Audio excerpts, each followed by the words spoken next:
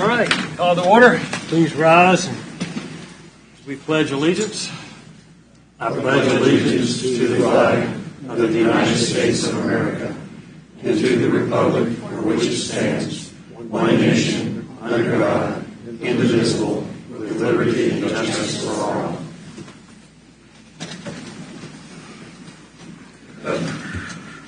Well, it looks like we got a good turnout tonight.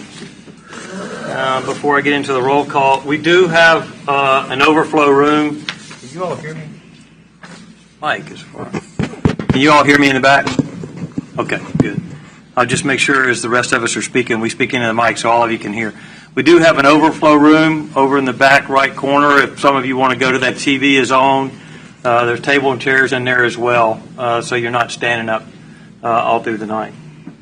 Okay. With that, let me do a roll call real quick. Jaden Bailey. Here. Alan Stewart. Here. William Gutschalk. Here. Jeff Spink. Here. Doug Tystad. Here. Daniel Clemens. Here. Steve Rosenthal. Here. All right. Let the record show Mr. Robert Owens and Mr. Steve Skeet are absent tonight. We have 7 for total vote. Everybody had a chance to read through the minutes in your packets. Do I have a motion to approval of the minutes? So moved. Second. I have a motion and a second. Jaden Bailey? Discussion. Yeah, discussion. I have a couple, just looks like they're typos. There's a couple of places where a motion was passed 7-2 with 2 abstentions. That can't be 2 abstentions. It's 7-2, it can't be. There's a couple or 3 places that have that on there. So it's a misprint that was carried on from, I think, from the minutes of the last meeting. So. Yeah. Okay. We can fix that. Okay. Any other discussion from the council? Commissioner? I'd like a new motion to approve with the exceptions Absolutely, noted. that would be nice. I move that we approve the minutes with the exceptions noted that the planning staff will correct. Second. All right. Motion and a second to approve with the amendments to the minutes. Got it. Any other discussion on the motion and the second? All right. Jaden Bailey? Yes. Alan Stewart? Yes. William Gutschalk? Yes. Jeff Spink? Yes. Doug Tystad? Yes. Dan Clemens? Yes. Steve Rosenthal? Yes. All right. 7-0.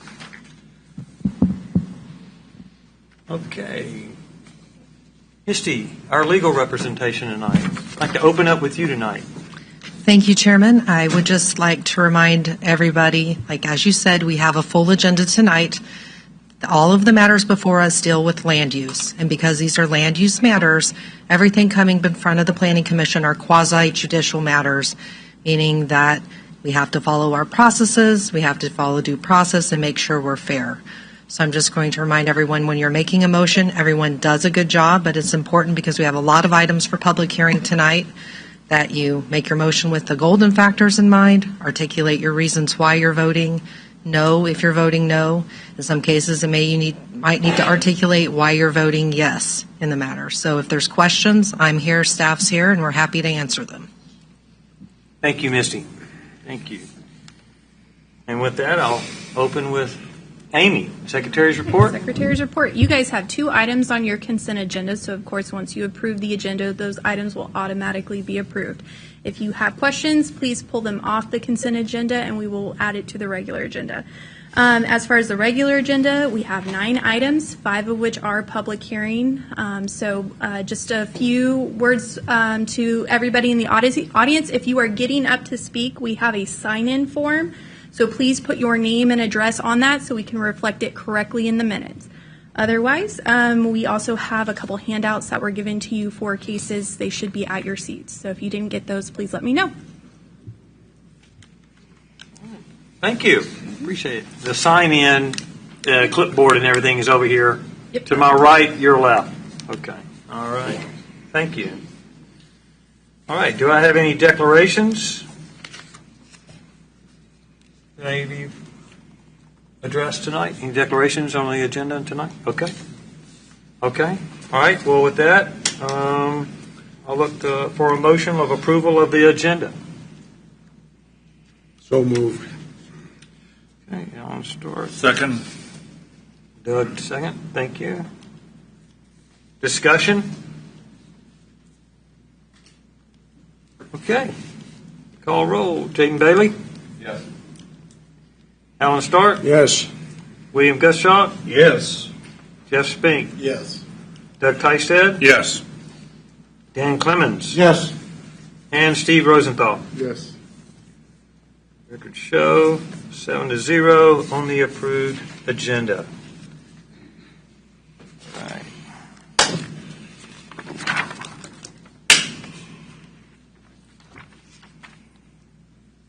Okay, let's go to 9A. On the agenda item tonight, number 9A is in alpha. The Leavenworth County Planning Commission will now hear case DEV 24-120. It's a track split exception for Cretan as outlined in the posted agenda. This is not a public hearing item.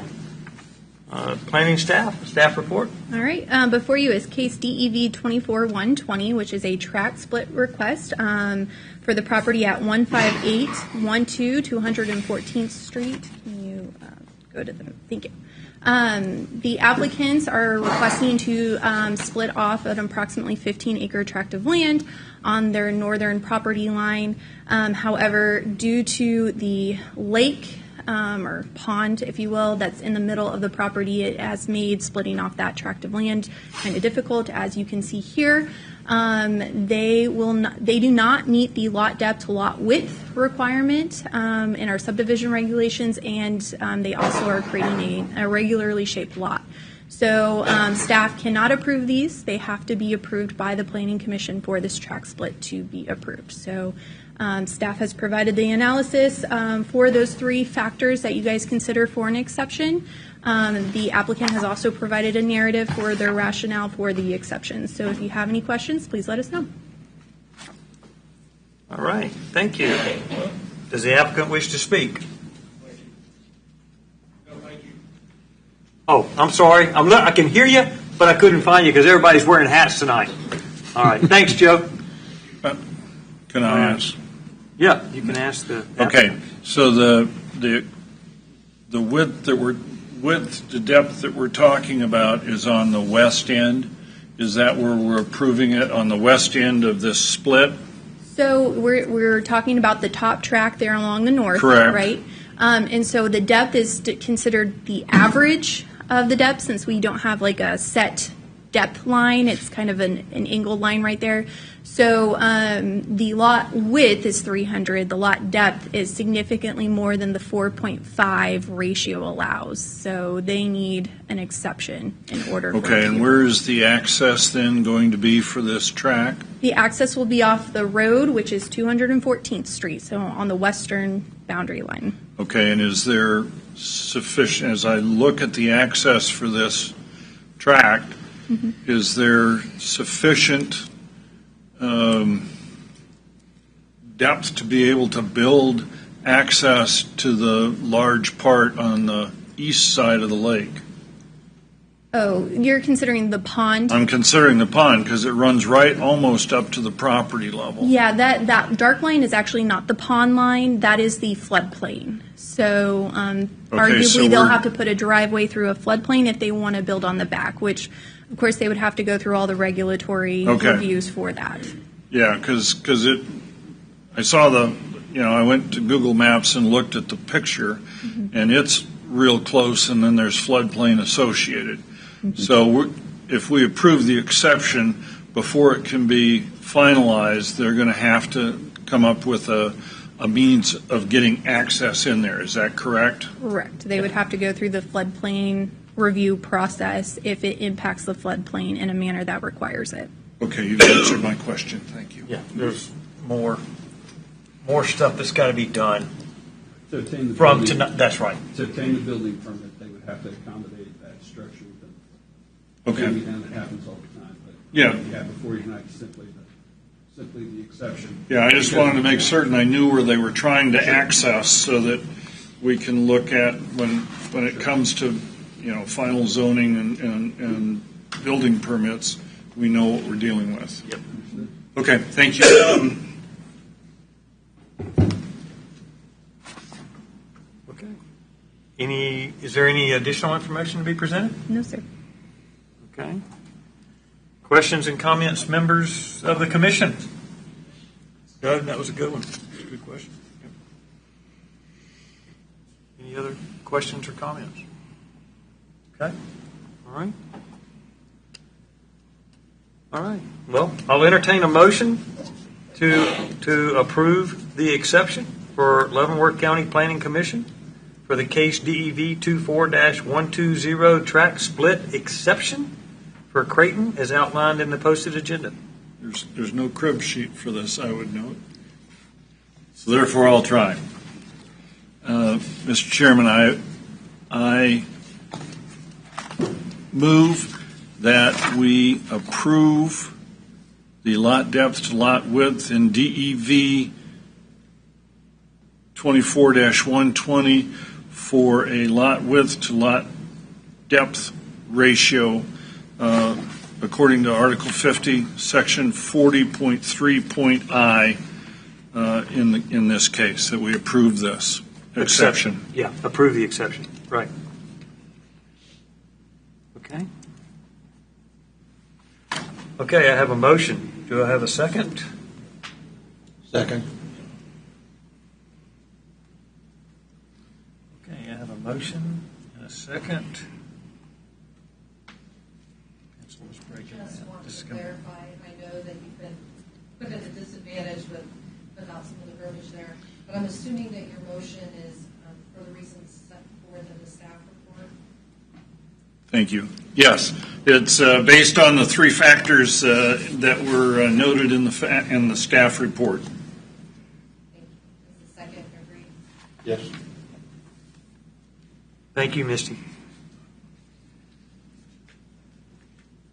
All right, hang on, Dan. Let me get you annotated as a second here. Okay, I have a motion and a second. Discussion of the motion and the second on the floor. Okay. I'll call roll on the vote. Jaden Bailey? Yes. Alan Stewart? Yes. William Gutschott? Yes. Jeff Spink? Yes. Doug Tysted? Yes. Dan Clemens? Yes. And Steve Rosenthal? Yes. All right, and there is a second exception There is on this one. second exception here. Okay.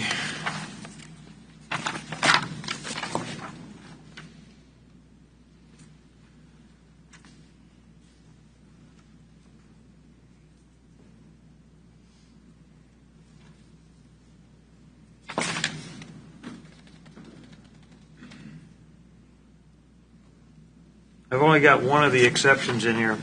Yeah, they're both It's there. back in the conditions. It's Yeah. conditions 4 through Yeah. 6. Factors to be considered. It's 43 Delta instead of India. There we go. That's what I needed. Okay. All right. Well, the vote is carried 7-0 on the first exception.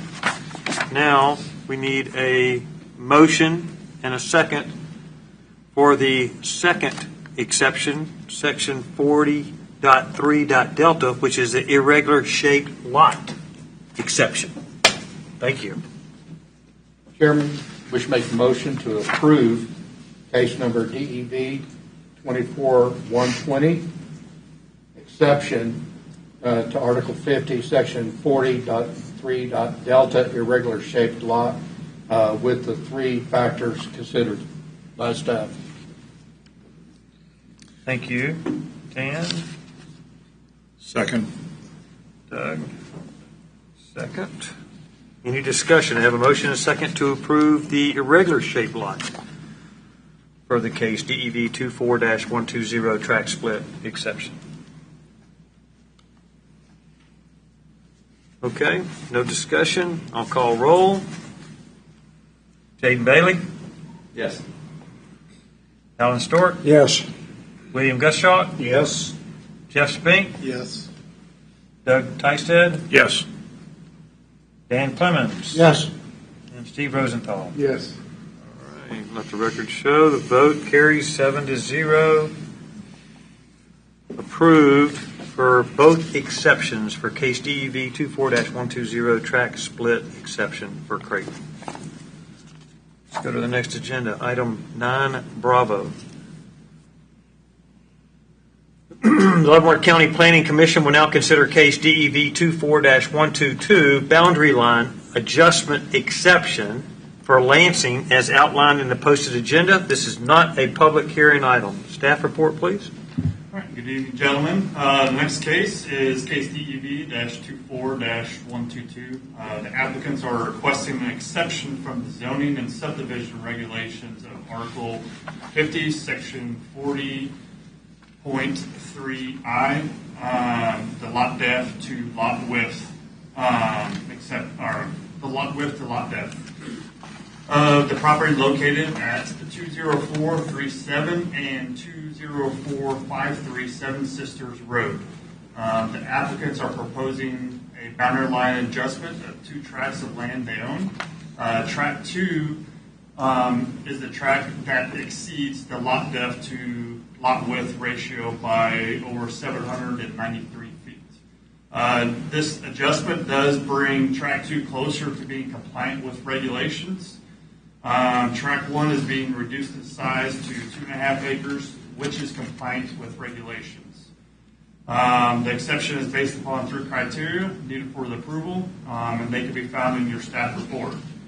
If the exceptions were to be approved, it would be in conformance with regulations. With that being said, I'm open to any questions you may have.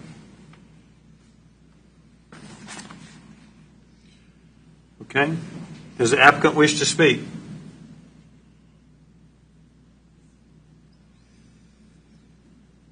Okay. Any additional information to be presented, Josh? No, sir. Question, comments I have from the one. members of the commission? I have one question.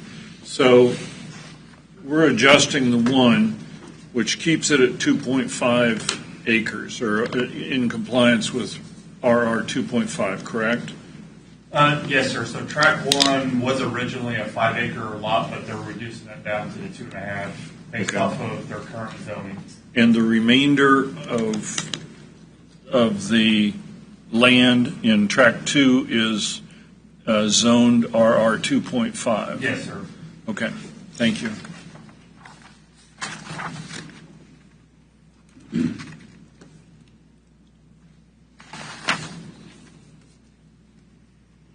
So I'm looking at one exception to Article 50, which is lot depth to width ratio. That's what we're all tracking, correct? Correct.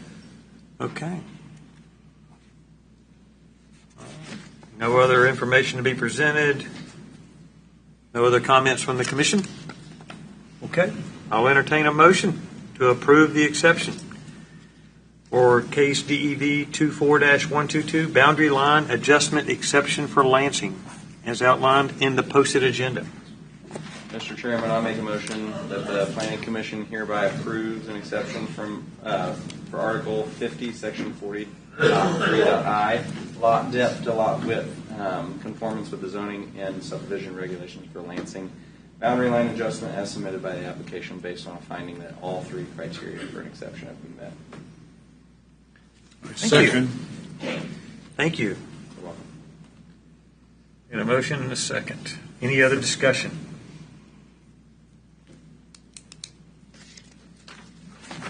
Okay, I'll call roll. Jaden Bailey. Yes. Alan Stewart. Yes. William Gusshott. Yes. Jeff Spink. Yes. Doug Tysted. Yes. Dan Clemens. Yes. Steve Rosenthal. Yes. Motion is carried by a vote of 7-0, approving the boundary line adjustment exception for Lansing as posted agenda. Agenda 9 Charlie. This has got several in it. The Leavenworth County Planning Commission will now hear case DEV 24-132 and 133, a preliminary and a final plot for the Thomas Farms as outlined in the posted agenda. This is not a public hearing item. Planning staff will now give a staff report. All right, before you is case DEV 24-132 and 133. This project might look familiar to you. They had presented an alternative lot layout. However, they withdrew that and have redesigned it. The two parcels on the north come off of Donahue Road. However, Donahue Road is a minimally maintained road, and residential access is restricted per Board of County Commissioner policy.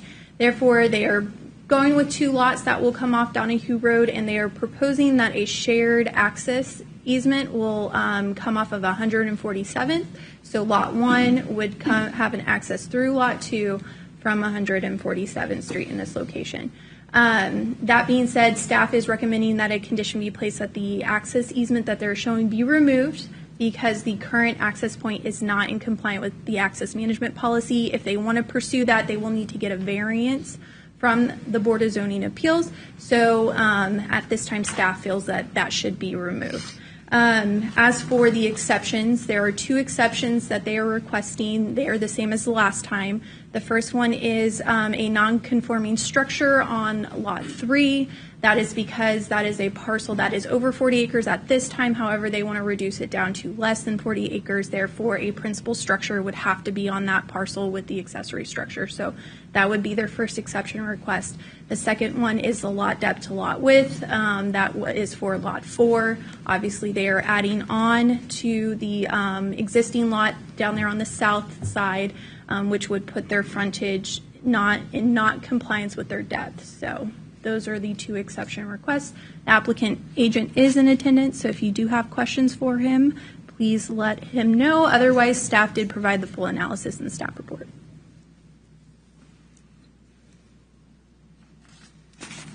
Thank you.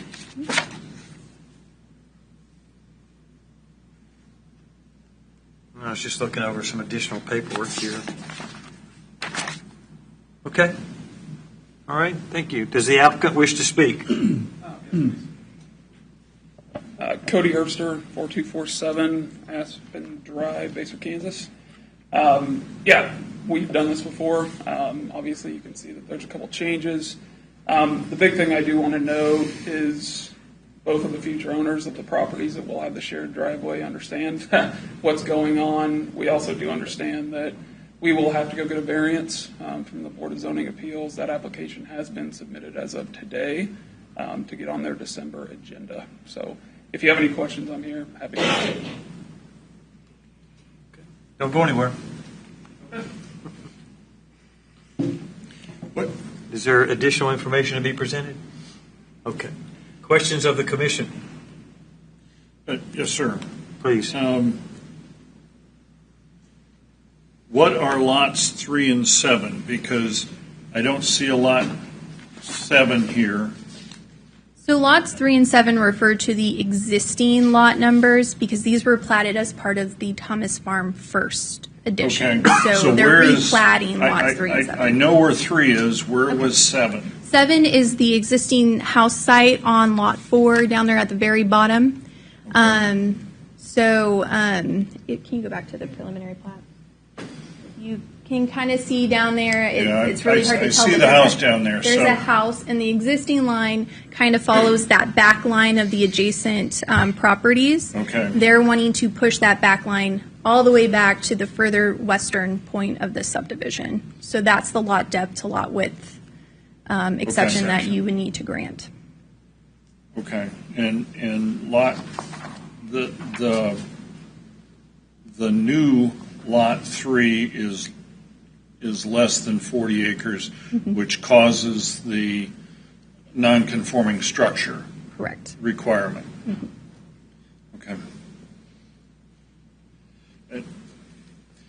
In the staff report, as I go through here and I look at it, I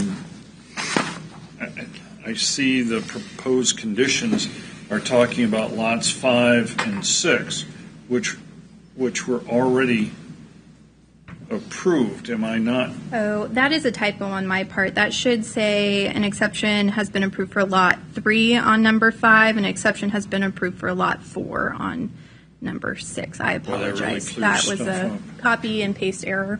Okay, all right, I got Thank it you for now. catching that.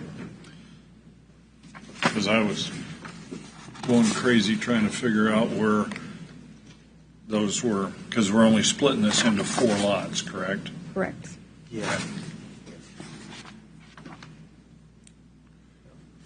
Which are mostly larger than 2.5 acres, Yes, they are all significantly larger than 2.5 acres. and all significantly larger than the future land use designation. Okay, thank you. Is there no improvements to Leavenworth, to Donahue Road? No, not at this time. They have put a no access hatch across Donahue Road, so no entrance permits could be issued. So they cannot, the Lot 1 doesn't have any access? They technically have access on Donahue Road. However, for them to be able to pull a single family permit that access is off of Donahue Road, they would have to upgrade it.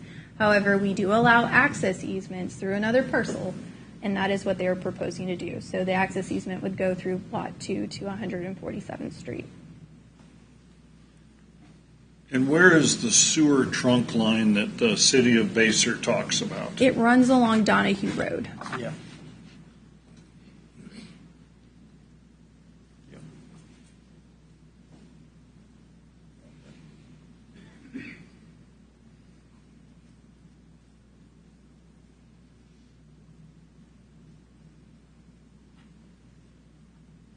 Didn't the fire department have some issues with this at one time? On the They said- original, they did, because those lots were going to access off Donahue Road. However, they responded to this revised submittal, and they said they had no further concerns, so. Make sure that they were okay.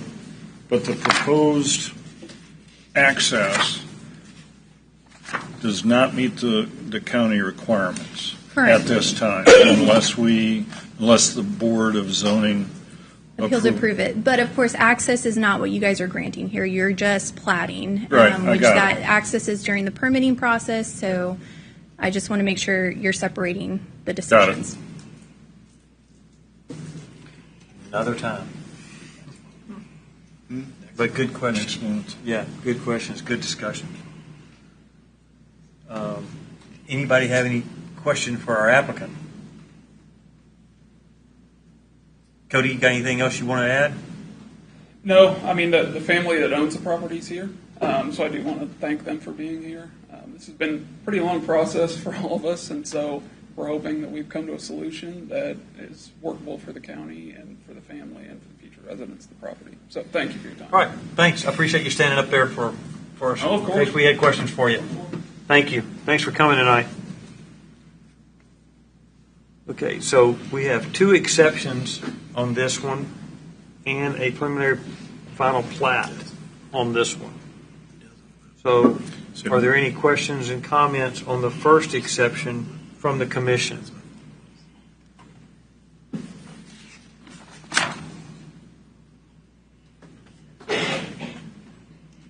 You see the first exception, Article 50, Section 40.3.h, non-conforming structure criteria. Okay, all right. At this time, I'll entertain a motion to approve the exception as stated in your agenda packet.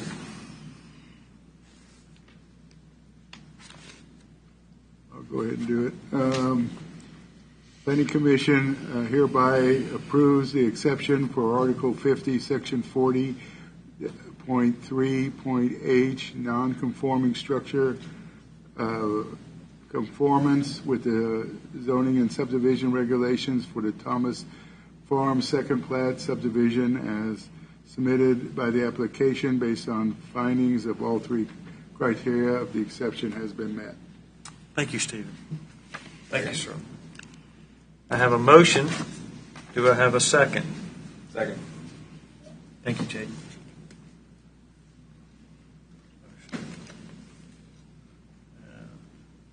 Second. Any other discussion on the motion and the second on the floor? Okay, I'll call roll. Jaden Bailey? Yes. Alan Stark? Yes. William Gusshop? Yes. Jeff Spink? Yes. Doug Tystad? Yes. Dan Clemens? Yes. Steve Rosenthal? Yes. All right. The motion is carried 7-0 on the exception, Article 50, Section 40.3.h, non-conforming structure. At this time, I'll entertain a motion to approve the exception. The applicant requesting exception for Article 50, Section 40.3.i, lot depth, lot width.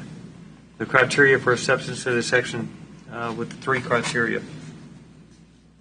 Mr. Chairman, I make a motion the Planning Commission hereby approves an exception from Article 50, Section 40.3.i, lot depth to lot width conformance with the zoning and subdivision regulations for the Thomas Farm second plat subdivision as submitted by the application based on a finding that all three criteria for an exception have been met. Second. Thank you, sir. Thank you, sir.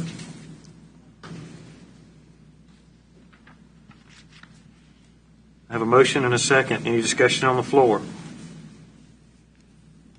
Okay, call roll. Jaden Bailey? Yes. Alan Stark? Yes. William Gutschop? Yes. Jeff Spink? Yes. Doug Tystad? Yes. Dan Clemens? Yes. Steve Rosenthal? Yes. The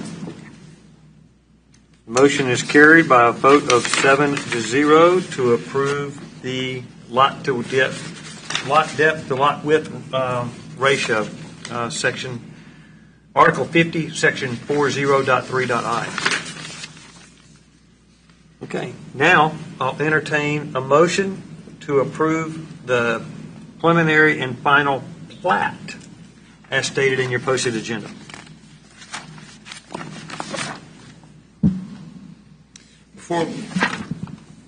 Before we do that, can we discuss this just a little bit more? Yeah, there's time for it, but I'll go ahead and do it now. Let's Do you do want it. you want to get the motion out and then discuss? Sure, that'd be great. Okay. Let's do that.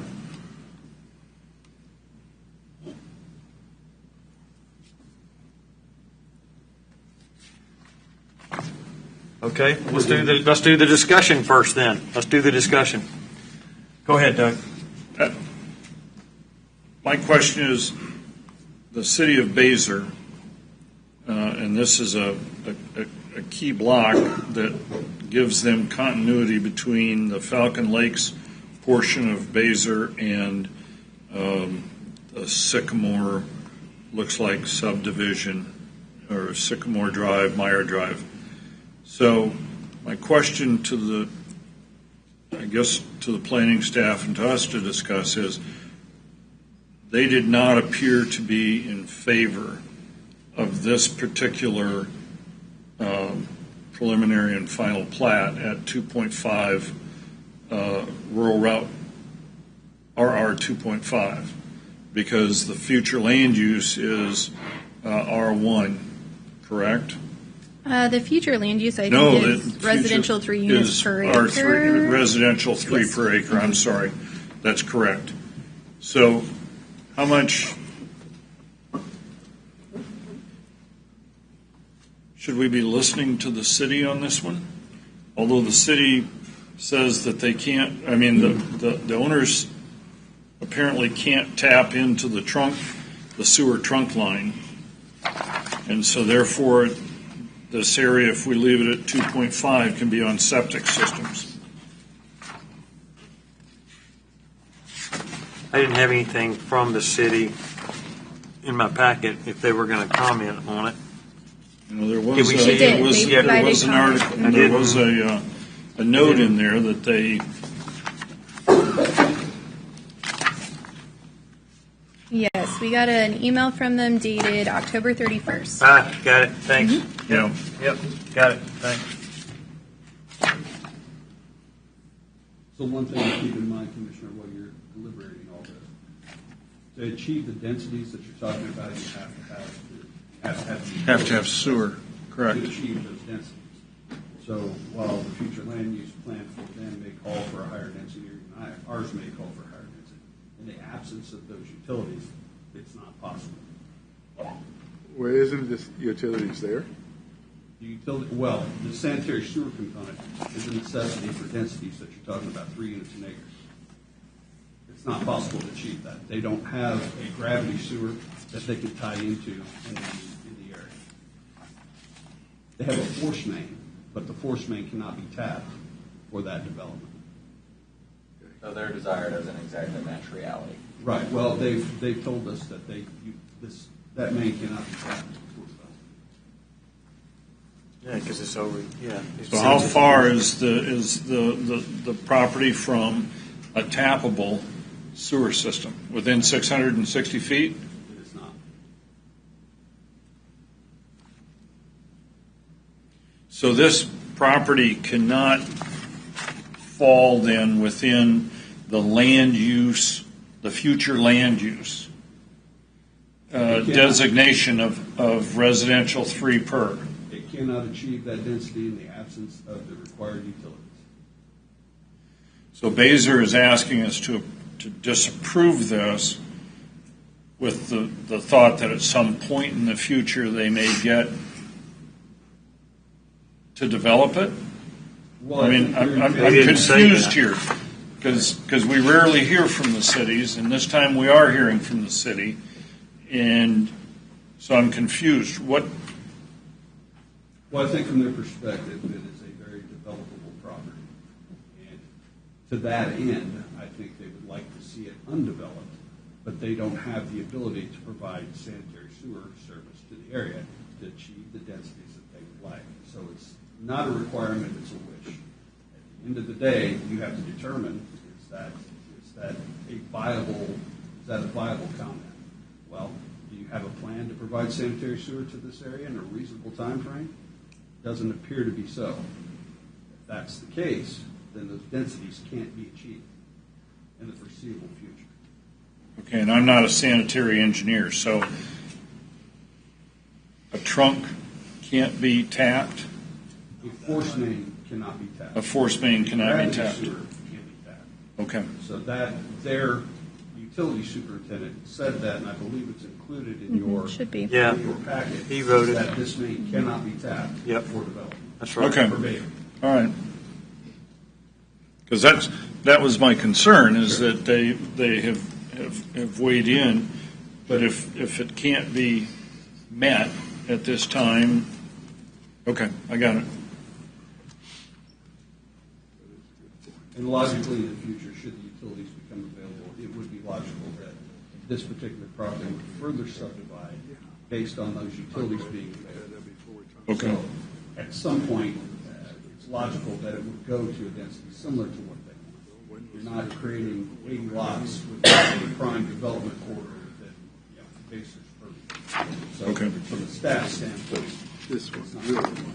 Okay, I understand.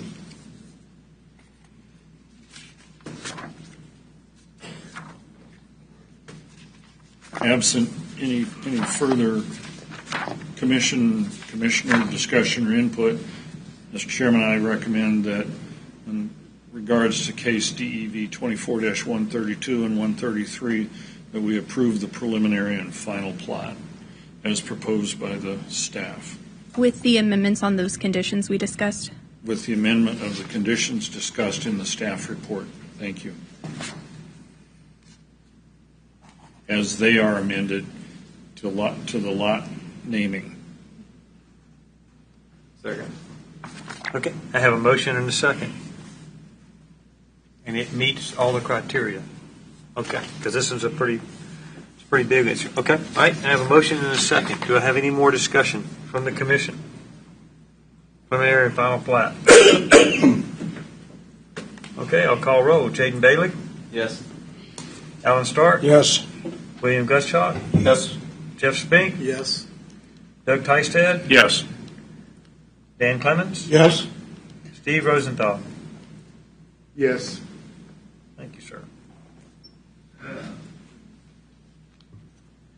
Okay. Motion is carried by a vote of 7-0. The Board of County Commissioners will consider this item no earlier than November 27th, 2024 at 9 a.m. in the Leavenworth County Courthouse. Thank you, team.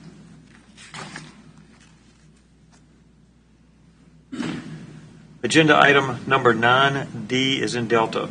Leavenworth County Planning Commission will now consider case DEV 24-118, a rezoning request from RR5 to RR 2.5 as outlined in your posted agenda.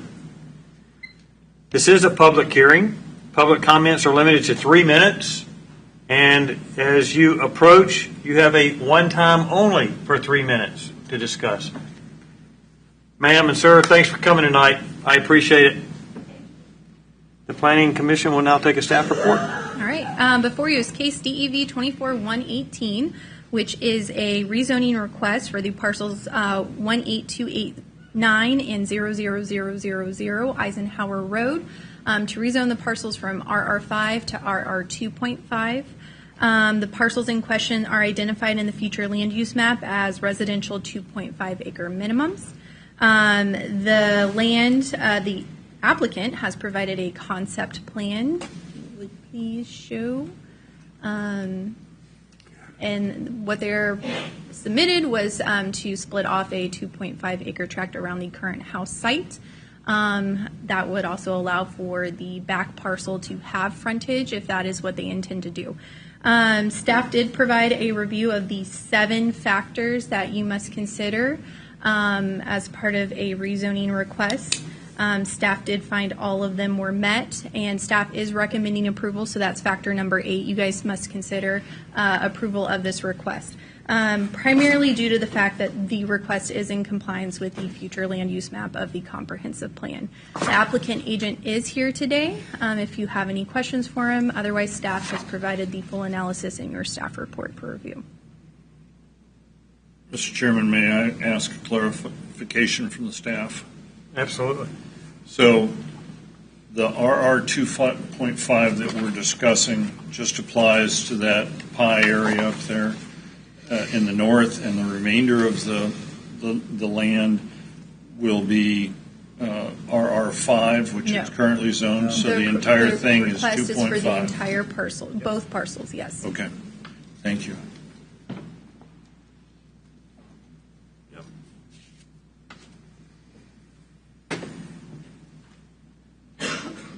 Okay. Misty, did you have anything you wanted to put out before we get started? I believe you've covered it. Like I said before, when this is getting ready to become a public hearing, it's quasi-judicial. We have to follow our processes to ensure everyone has due process with land rights. When you make your motion, please consider the golden factors and articulate it. Thank you. Okay, upon opening this public comment portion of the hearing, those of you who wish to speak either for or against this item upon recognition, please give your name and address each time you approach, each time you begin to speak. This is necessary since the public hearing is being recorded. Public comments are limited to 3 minutes per person. At the end of the 3 minutes, we've got a little clock up here, a little bell that starts ringing. We, as a commission, are no longer listening because the 3 minutes is over. Please don't make me be a bad person, all right? Because I'm not a bad person, all right? The public comment portion of this hearing is now open. It looks like the applicant is already at the podium. What say you, Joe? Good evening. Joe Herring, Herring Surveying, 315 North 5th Street.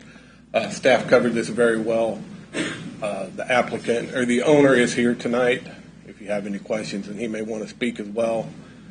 The concept plan shows to take the smallest part as possible per the comprehensive plan, which is 2.5 acres around the house, and rezone the whole property. I believe there are other tracts, as we discussed previously, in this area that are of similar size, and maybe one even adjacent to it, directly west of it, is under 5 acres.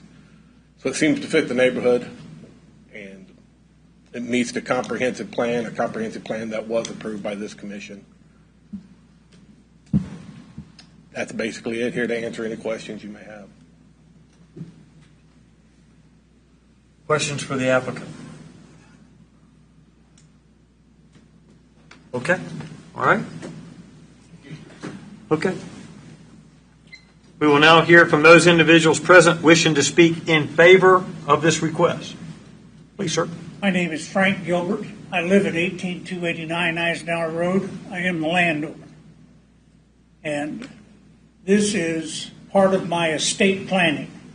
I do not plan on going out and developing this land overnight.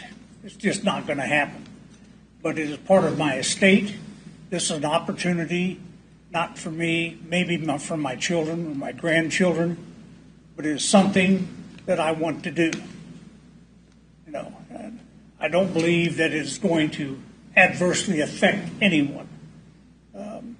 I watched the YouTube video for the last meeting on the CAS appeal, and I saw things in there where one lady stood up and said, "I'm afraid they're going to take away my cattle. That's your livelihood."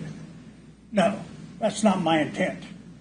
I would be the first one to stand up and, protest that right alongside of it. Water runoff. If you take a look at that farm, is all tiled and terraced. Water runs off of Kaz's farm right down my waterway. It's all approved by the Farmers Home Administration.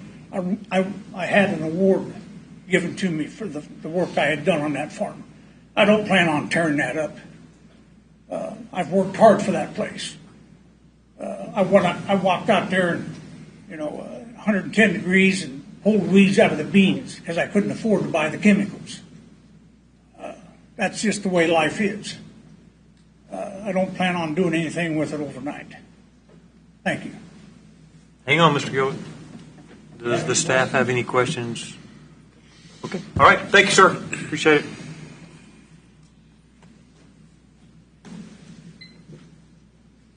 We're hearing from those individuals present to wish to speak in favor of the request. In favor of the request.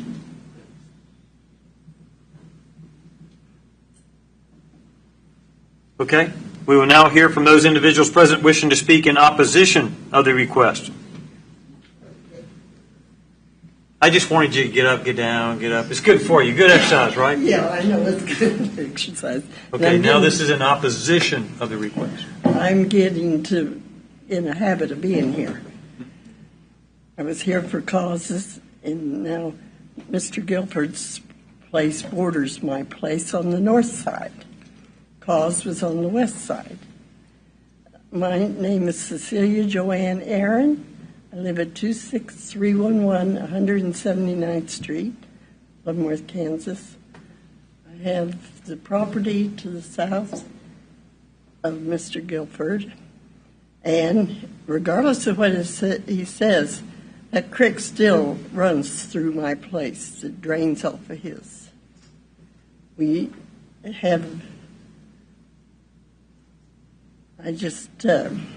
have cattle, and I don't want them being, people throw away antifreeze and oil and stuff when they develop houses and stuff. They don't think about that stuff runs down and animals drink it. And we have a lot of animals, wild animals in our area. There are bobcats, lots of deer. There's even a cougar that's been seen, besides the coyotes and those animals. And I have a legacy too. My grandson wants to farm the place, and this has been farming with animals since March 25th, 1882. My husband's grandfather bought the place at that time. And it's been continuously in the family and will continue if I have my say so. It's not being developed or anything like that. All right. You also have to consider the size of lots and stuff, what the school districts are going to say. Thank you, ma'am. Thank you, ma'am.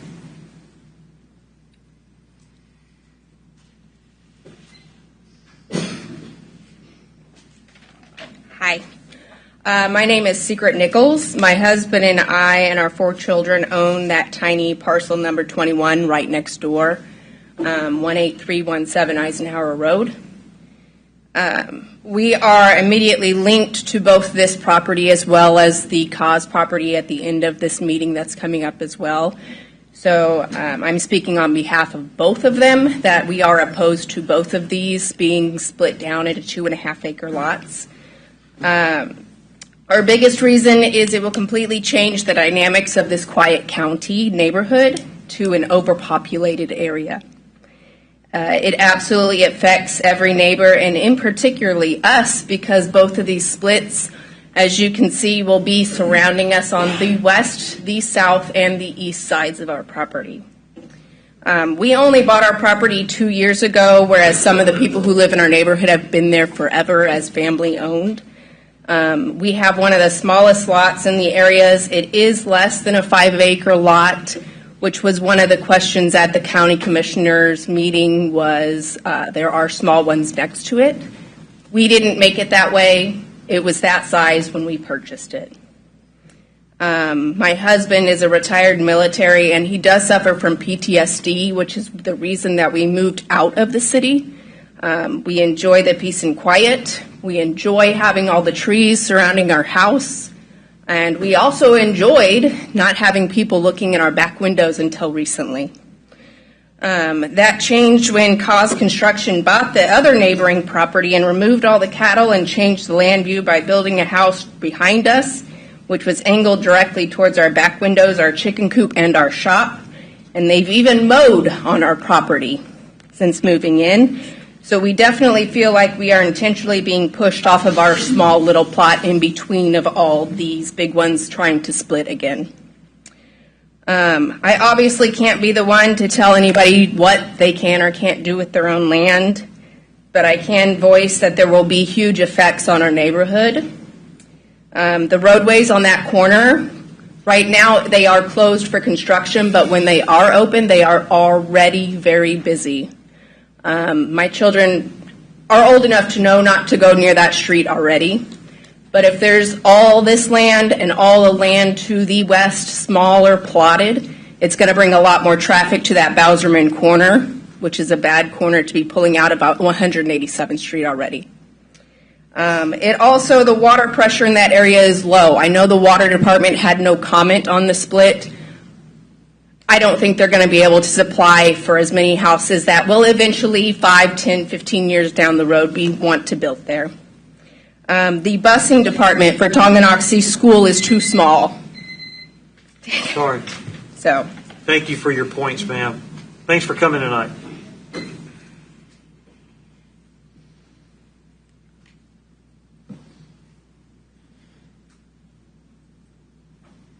Good evening. My name's James Dyson. I live at 27278 187th Street.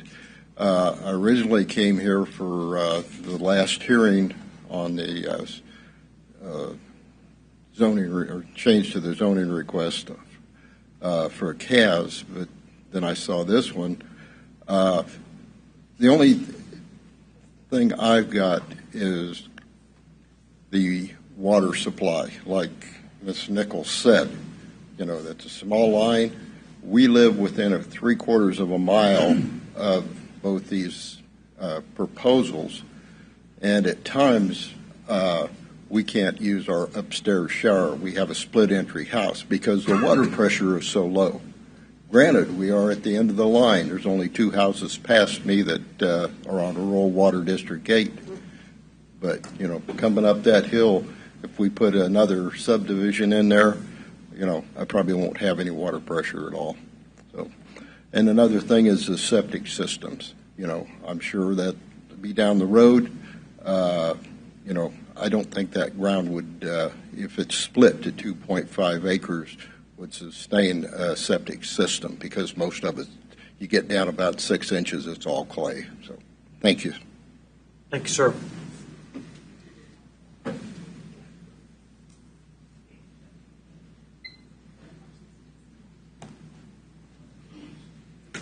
Dale Smith, and I have a half a mile of border with Cause, their area. totally opposed to anything under 5 acres. It's ridiculous. If they want to build houses and so forth, let them build inside the city limits of Leavenworth. They don't need to screw up a rural area. We've been there for over 80 years, and there's no sense of it. It's been a rural farming area, and like this lady said, this gentleman said, very low water pressure. Who's going to pay for the new pipelines for the water? Who's going to pay for the maintenance of the extra roads? It's all ridiculous. And the septic system, I know for a fact that ground will seep the sewage system down. It's a very loose aggregate, and it will not last. Period. I know I've drilled some wells around that area, and I know what the ground is like. It's ridiculous. I don't care. I know Frank and all that. I don't know Vicky Cause, but regardless, I was not able to be here the last time because I was in the hospital, and I'm going to fight this thing tooth and nail. Let me get your address, sir. 26174 187th Street. Thank you, sir. Okay. Thanks for coming on. Cause's south line and my north line butt up to one another. I have a half a mile with Cause.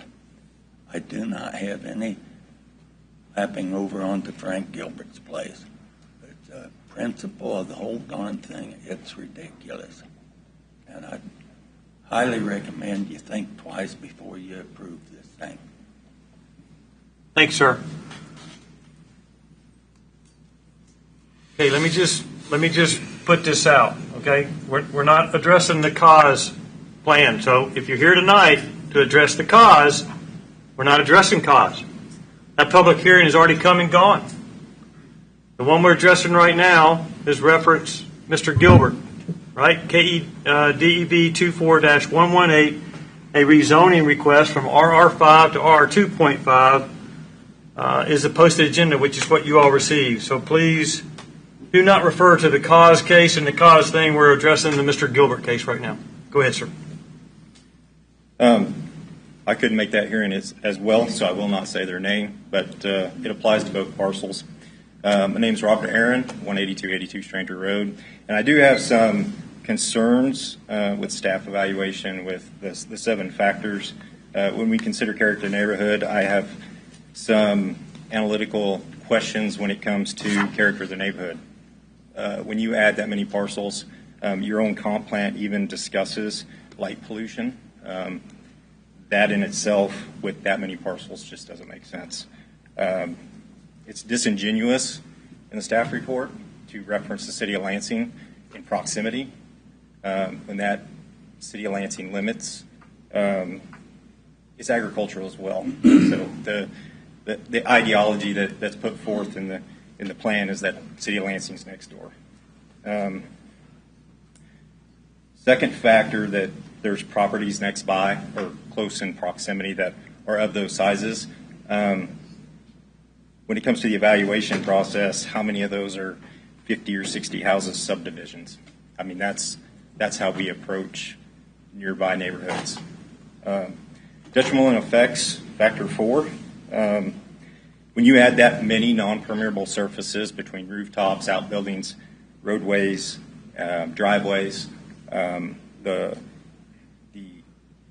detrimental effect just from the hydro water alone on the natural drainage structures such as ours, there's no way that it can take it.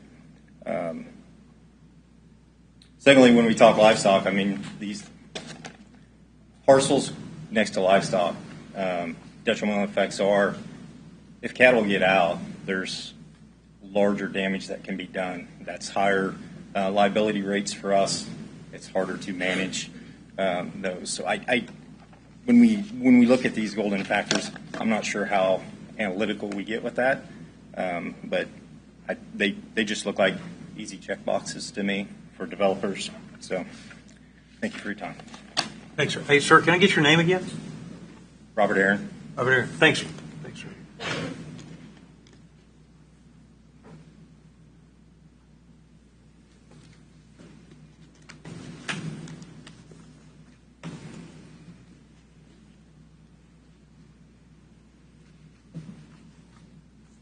Janice Aaron, 26311 179th Street.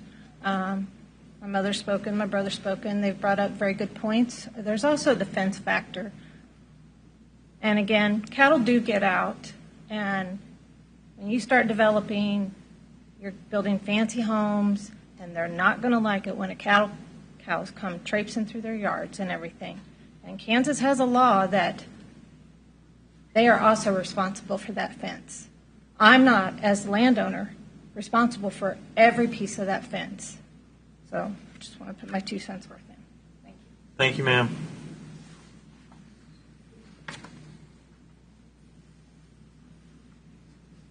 Okay. We're hearing from individuals present wishing to speak in opposition of the request, rezoning request from R5 to R2.5. You have anybody else? Okay. All right. Any other additional information be presented? No, sir. Okay. Public comment portion of this public hearing is now closed. Kansas law allows for a petition protesting the decision of the Planning Commission to be filed. That petition must be filed within 14 calendar days after the date of this public hearing.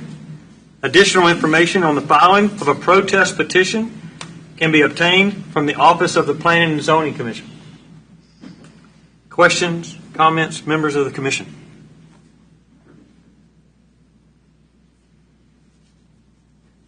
Could I ask for clarification from staff? This is in compliance, the request for the rezone is in compliance with the long-range plan? Yeah, actually, we'll go to the map for you right there And the staff recommendation is? for approval. And your recommendation for approval is in consideration of the golden factors. It is the 8th item that you guys can consider as part of your review. Thank you.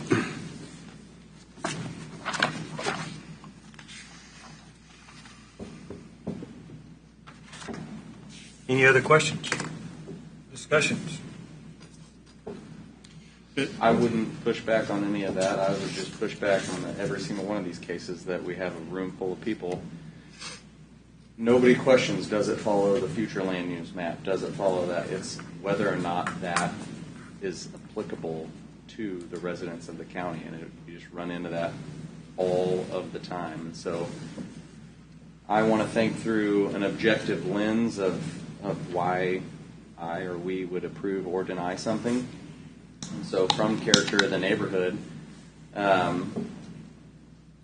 think, I won't reference the other case, but I did a half-mile radius, and there are over 80 properties, and less than 10 fall in that new proposed zone. So I don't know what objective measure, but if it's 10 to 15% of the surrounding area within a certain radius don't fall into the new proposed, then I would say the overwhelming character of the neighborhood is not represented by this proposal. So I guess for me, there would be an objective criteria of why I would make a decision to. Well, and I would say that a number of the applicants have spoken to Golden Factor 6, which is relative gain to economic development, public health, safety, and welfare. The economic development is really not a question if you're looking for roofs for tax-based purposes for the county. I mean, that's not a question that a 2.5 adds to the economic development. But the public health, safety, and welfare become an issue with Eisenhower Road, as has been discussed by a number of the folks here today. We're at the lady that lives at in what is property 21 with the Bowserman Road, Eisenhower Road junction being a safety issue. The concern about and water, and the effects, potential effects of septic systems. So the factor 6 also weighs in this particular case, I would argue. Well, I guess I want to make the comments that we are an advisory committee. We're not a policy-making committee. We have no authority to pass regulations. We have the only reason we're here is to advise Planning and Zoning Department and the county commissioners. And when we have a situation like we have here and like we had last month, we're bucking what both the county commissioners and Planning and Zoning and our long-range plans that are in effect. We're bucking these regulations. That's not our job. We're not elected by any of the people here. We're volunteers, and we're strictly an advisory committee. And I don't know how we can recommend to Planning and Zoning and to our county commissioners that we'd like to change the long-range plan. We would like to see some different regulations. Huh? I said we have, and how's that go? I don't disagree with what you're saying, but at what point in time do we take in our advisement an overwhelming majority of citizens' input? Because that's obviously we don't have an overwhelming majority of citizens' input. We've got the people that spoke tonight, and I'm not trying to put them down at all, but we probably got less than 1% of the population of Leavenworth County. This is what happened when we passed the long-range plan. We had meetings that we spent approximately $285,000 of Leavenworth tax dollars to present the long-range plan to the whole of Leavenworth County. I don't remember exactly how many meetings we had, but we had multiple meetings throughout the county, and it was the same every time. We'd have 15, 20 people who'd come to meetings. And I'm not a techie guy, and I'm not on Facebook all the time, but I knew where the meetings were at. We had a newspaper, and it was advertised, but nobody showed up. Then after we spend all this money and we get a long-range plan, then we're running into this type of opposition. I understand that, but I also understand property owners' rights. The long-range plan doesn't tell anyone, any place, that they have to sell their farmland for development. If that family owns 180 acres or 360 acres or whatever the number is, there's nothing that's going to force them into selling that for development. They can make that choice to farm that land as long as the family wants to. But also, the man that owns the 149 acres next to it has a right to maximize the profitability of his land for his estate. Now, both of them have stated that they're not planning on developing this land right now.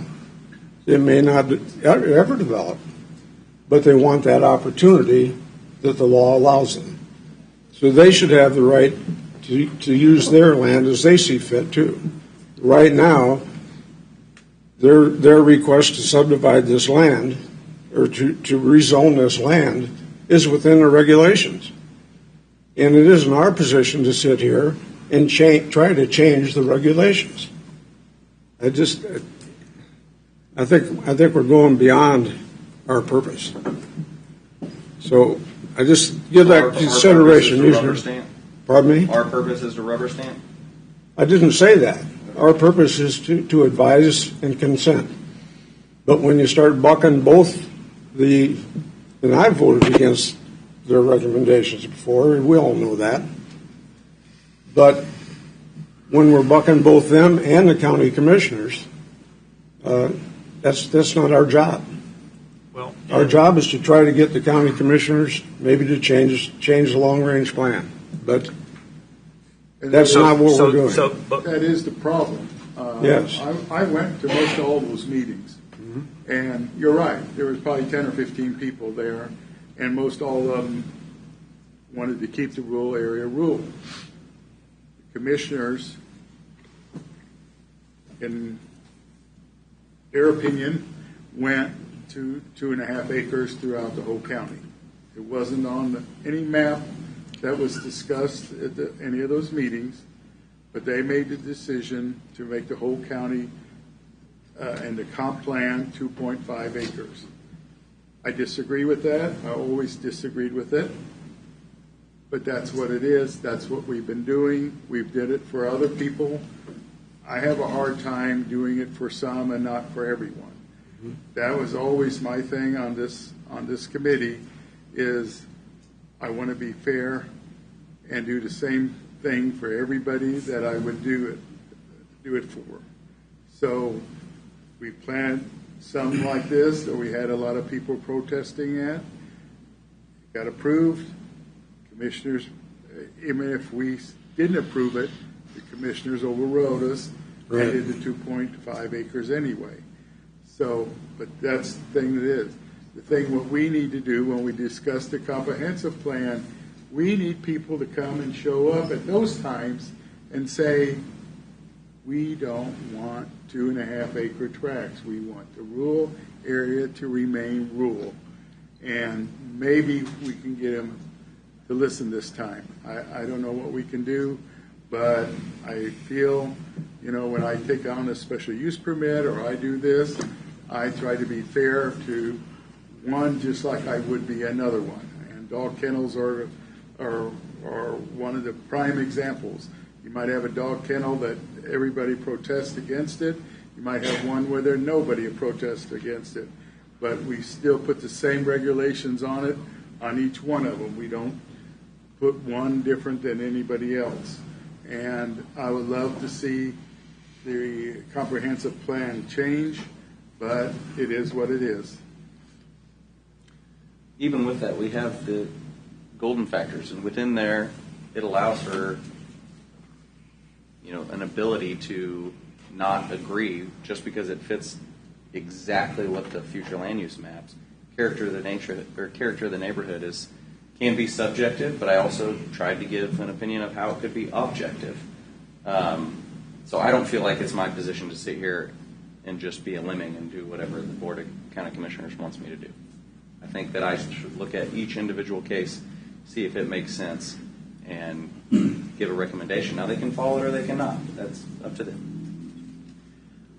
But what this particular case is an individual asking for his land to be zoned in accordance with the future land use map that we've zoned. That's it. That's all he's doing. So the individual hasn't come to the table to lay out 2.5 acre lots with streets and curbs and water drainage and everything else. What we got here in a case is we're hearing about, hey, the future land use map says my land is RR 2.5 and I want to make it RR 2.5. Period. That's it. That's what we're hearing. I really don't like the idea of the concept drawings. We look at the drawings and we think, okay, that's what they're going to do. That is not what they're going to do. When they come in here with a preliminary and a final plat, they have to lay out everything. This concept drawing is very, very deceptive. This map should show the land as it is today, not as it could be in the future someday. Which I would go back to my objective measure for each one. I agree with you, and I didn't take any of that into account. I'm looking at a radius and looking at the properties that exist. That's how I'm defining character of the neighborhood, combined with the other factors like Mr. Tice mentioned, combined with the distance from the city. And those would be objective measures that I'm using for each one. And in my two years on the board, this is the most I've seen. We've been through some fairly contentious cases as we go, and this is kind of to your point. This is not the majority of the county here, but we have a fairly large representation of the area around this particular neighborhood. Back to golden factor number one.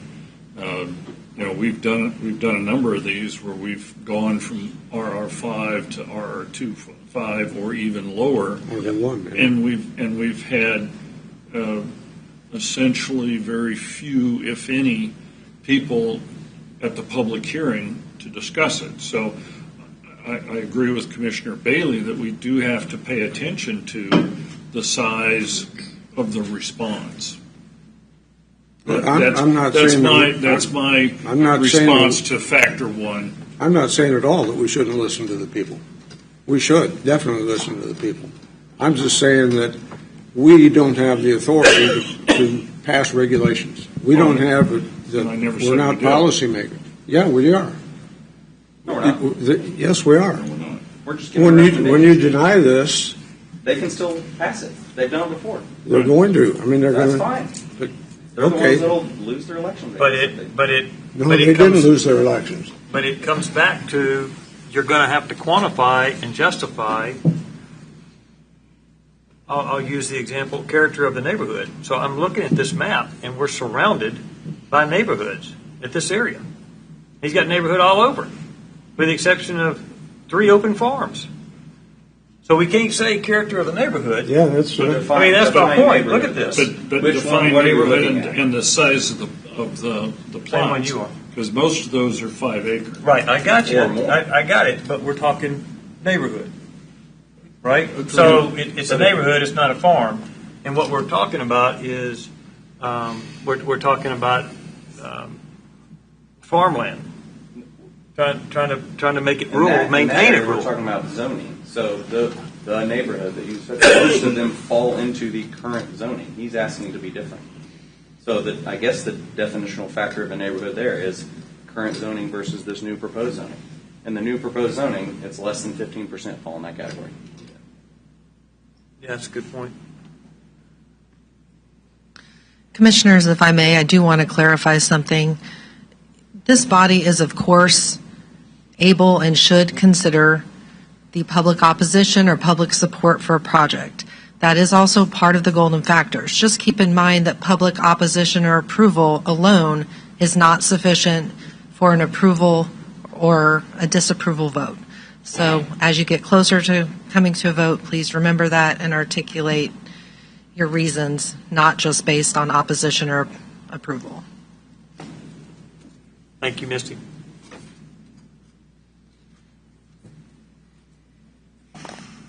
Okay, that didn't mean we had to stop discussion.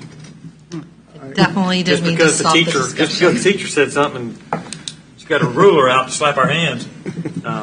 Okay, these are really good discussions that we're having. Any other comments or discussions? Jeff? I'm good. Stephen, I've heard. Commissioner Bailey, I've heard. Commissioner Clemens? Any questions, any comments? I'm solidly on the fence. I look at this, and there's only one road that is touching any of this property. But I also look to the right, and you've got a lot of property that's smaller than 5 acres adjoining it. You know, to the right. Those are all 5 acres. Those are all 5 to 10 acres. These are all 5 acres? Yeah, at least. I believe 5 to 10. Yeah. Yeah, the only ones that are. Yeah, you got that one outlier on the intersection. Yeah. And really, the only one that's not a farm. No, this one, a big lot. This one. It's a lot of mowing. Be smaller. Yeah, it's a lot. Unless you just fill it with trees.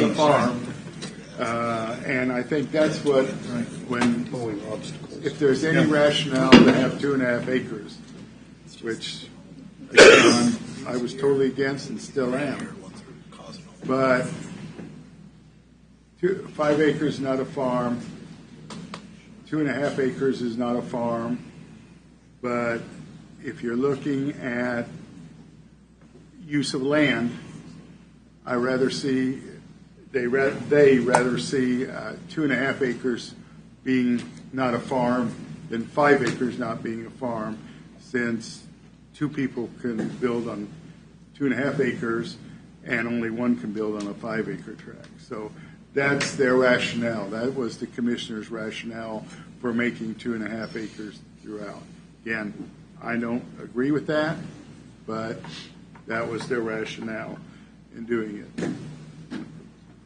I think they should be all big farms. I think they should be 20 acres or bigger, in my opinion. And without that, 5 acres or 2.5 acres are both really a total waste of farmland. It's like a neighborhood concept. Is that what Yeah, you're saying? it's a Like a total waste neighborhood, of farmland just is what it just a is. nice piece of property neighborhood. That they ruined. Yeah. Either way, either way you look at it, if it's 5 acres or if it's 2.5 acres, it's the same thing. Well, the 2.5 acres meets the growth goals. Doesn't meet the rural lifestyle that we talk about. But it does meet the growth goals. Yeah. None of them are farms, so For me, Chairman, it would be a lot easier if the northern part where the house was the only thing that's being rezoned and everything else was staying RR5. Really would be. I mean, there's no roads, there's no way to develop it. I don't know why we would want to do that, but I think the golden factors one does apply. But for estate planning, I mean, you got to understand that anyone that's looking at for estate planning, they want to get the maximum amount of potential out of their ground. And that's, at this point, it's 2.5. And now we're facing up quite commonly 1 acres, 1.5 acres. We're approving them. So in the county? Yes. Yeah. We approved, was it 4 or 5 months ago? Only 1 after, acre. only after it got sent back when we first denied it. Yeah. Yep. That was the one that was butted right up against Pacer city limits. But it's also a lot closer to the growing areas down in Baser. Well, this is right on the border of Lansing. So. 2 miles. 2 miles. Yeah, it's 2 months. I was looking to see if I have a letter.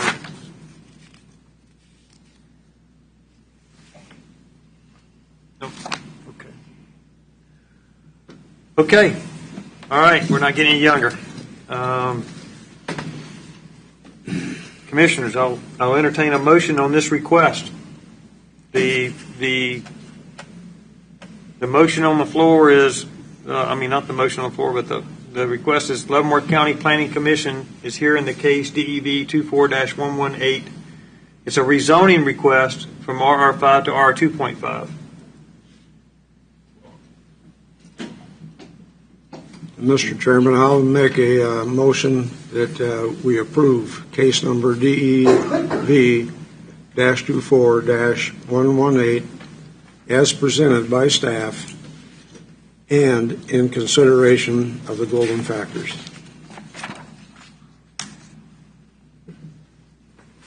All factors to be considered. All factors. Okay. All right. I have a motion. Do I have a second?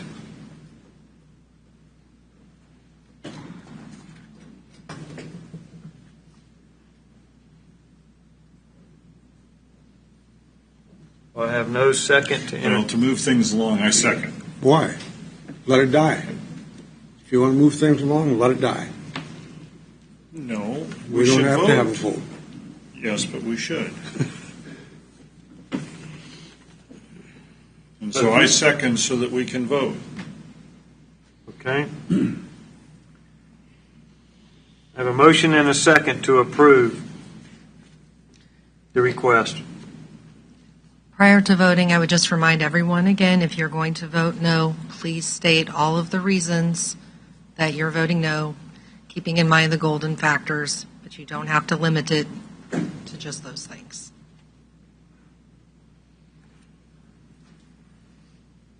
Thank you. So that gets right into discussion of the motion. We've been discussing for a while. I think that's what you're saying is, okay. I'll do a roll call vote. Commissioner Bailey? No. And I will cite factor number 1, character in the neighborhood, with the objective measure that less than 15% of the surrounding properties in a radius fall into this new proposed zoning, as well as the distance of this from Lansing, which is over 2 miles. Thank you, sir. Commissioner Stark? Yes. It's in compliance with the long-range plan. It's recommended passage by planning and zoning, and it's obviously what the county commissioners want us to do. Mr. Gutschall? Commissioner Gutschall?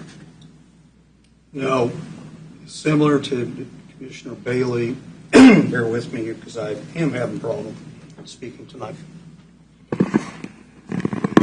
I agree with him on the objective measures that he has taken. I also have concern about factor number 3, rural residences and agricultural uses. And I fear that the two combined together at some point are going to be a bad mix.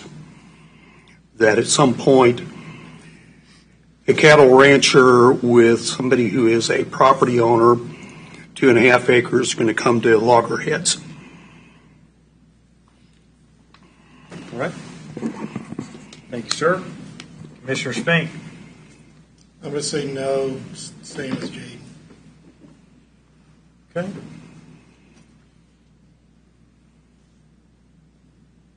Commissioner Tysted? While I agree with Commissioner Bailey, Gottschalk, and Spink on the golden factor 1, I'm going to vote yes based on the argument that this is the landowner's desire and it's his land. Your comment earlier that it's his land, and he wants it to be within the future land use plan, so I'm voting yes, and the recommendation of the staff. All right. Commissioner Clemens?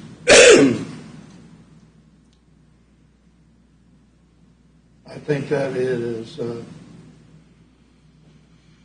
golden factors 1 and 3, as stated before. I know it's 2 miles from Lansing. I know that Lansing has very little infrastructure to support any type of development. And I think we need to consider 2 other things outside the golden factors. Number 1, the opposition, the amount of people that do not feel like it belongs out there, which leads to number 3, and the water pressure. I think it's going to take a lot away from the people that's there when it does get developed. Okay, but so remember now, we're not voting on a development. We're voting on a... So I retract the water, but everything else still applies. Okay. I vote no. All right. Thank you, sir. Commissioner Rosenthal? Like I said before, we passed ones that I think were actually probably less suitable for 2.5 acres than this. And I'm all for one of treating everybody the same. I do agree we don't need 2.5 acres out in the rural area, but they need to be farms, not small tracts whatsoever. I am going to vote yes, but I hope everybody here who is against it signs that protest petition, comes to the county commissioners meeting and voice your opinion.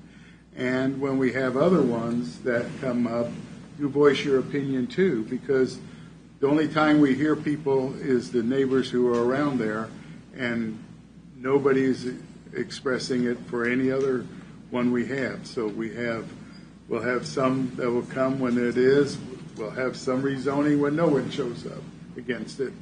So it's hard for us to know what the whole county thinks when we only hear you on when it's next door to you. my vote is yes. I think your last comment measures in volume. Unless it affects your proximity, we don't hear from anybody, is what you're saying. I can't tell you how many times I heard, oh, that's a wonderful plan, but not just next to me. And that's what we hear all the time. I've heard, I've been on here a long time, and I've heard that, I bet you 100 times. That's a great thing, but not here. Down the road, that's fine. You can do it there, but not next to me. So. Okay. All right. 1, 2, 3, 4. I have 4 no's. I have 1, 2, 3 yeses. Okay. The motion is denied by a vote of 4 to 3. The Board of County Commissioners will consider this item no earlier than December the 4th, 2024. In that meeting, the Commission agenda is posted on the Leavenworth County website, is available for public viewing. That meeting starts at 9 a.m. It's going to be a long night. Okay, we're moving to item 9, Echo, for E, for Echo. The Leavenworth County Planning Commission will now consider case DEV 24-126. It's a rezoning request from RR5 to RR1. I'm sorry, to R143, as outlined in the posted agenda. This requires a public hearing. Public comments are limited to 3 minutes. You have one time only to come and address. Please address your name and your address. And we have a nice little clock up here. Same thing applies. Please, at the 3 minutes and the clock goes off, please wrap it up. Staff report, please. All right. Case DEV 24-126 is a request to rezone the parcel at 17675 Evans Road from RR5 to R143, which is our 1 acre zoning designation. The future land use map has this area designated for mixed residential. Mixed residential is, as the name would suggest, a mixture of residential densities. Actually, it's more for higher density residential. Yeah, like 3 per acre or something. Even higher than 3 units per acre. We're talking 7,000 square foot lots here. However, as you know, our sanitary code does not allow for septic systems on anything less than 1 acre. So the applicant is requesting to rezone it to R143 in order to be able to subdivide. It appears, based off their concept plan, without a septic system or a public sewer system to support the subdivision. So they would obviously need to be 1 acre or greater in size. So that is where the request arises from. Staff did review this. I will say we had a mixed review on factor number 2.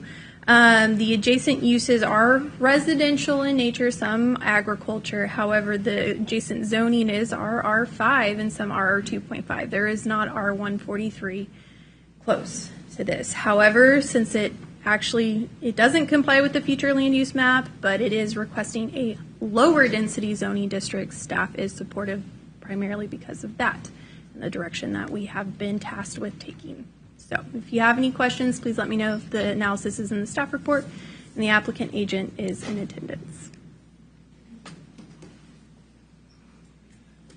Thank you. I'm just thinking about your last comment that you made. I'll save my questions until later. Okay. Upon opening this public comment portion of the hearing, those of you who wish to speak either for or against this item upon recognition, please give your name and address each time you begin to speak. This is necessary since the public hearing is being recorded. I got my gavel. Public comment portion of this hearing is now open. Would the applicant please come forward? Thank you, Joe. Joe Herring, Herring Surveying, 315 North 5th Street. Pretty much the same statements from this one and other one forward. They all meet the comprehensive plan or are less dense than what has already been approved by this planning commission and approved by the Board of County Commissioners. It just meets your comprehensive plan. It meets the actual goal of what the owners want to do of their property, which is their right to have this request to try to get it to a more valuable situation for future. As you can see by the comprehensive plan, the owner does not wish to develop this to a higher density, 7,000 square foot lots, which would be allowed if sewer was here. That is not his goal. His goal is to take off some tracks to help compensate for the ground and protect the ground, the farm ground in between. That is the goal. And these have been concepts that have been approved, been discussed, and you guys are having some great discussion today. Some things to remember: that we are not talking about development. We are talking about the rezoning and the wishes of the property owners. We are talking about getting that accomplished. We keep going back up there to the Board of County Commissioners. I'm sorry I'm getting a little bit off of this one right here. That is their plan. It's not only their plan. There's a greater Kansas City metropolitan area. I can't remember I think it's MARC, Mid-American Regional Council. We are part of that. Our county Kansas City area has a plan for us. Their plan is much higher density than what you guys are seeing in front of you. That plan's coming. It's expanding faster than everybody wants. But this is what the property owner wants. R143, take off the smallest tracks as you can, keep the remainder of the farm. Meet your plan, meet the comprehensive plan. It was a comprehensive plan that was approved by the Planning Commission. So to go against it now seems a little unjust for someone who bought the property with that plan that's been approved by this commission. Thank you. Thanks, sir. Okay, we will now hear from those individuals present wishing to speak in favor of the request.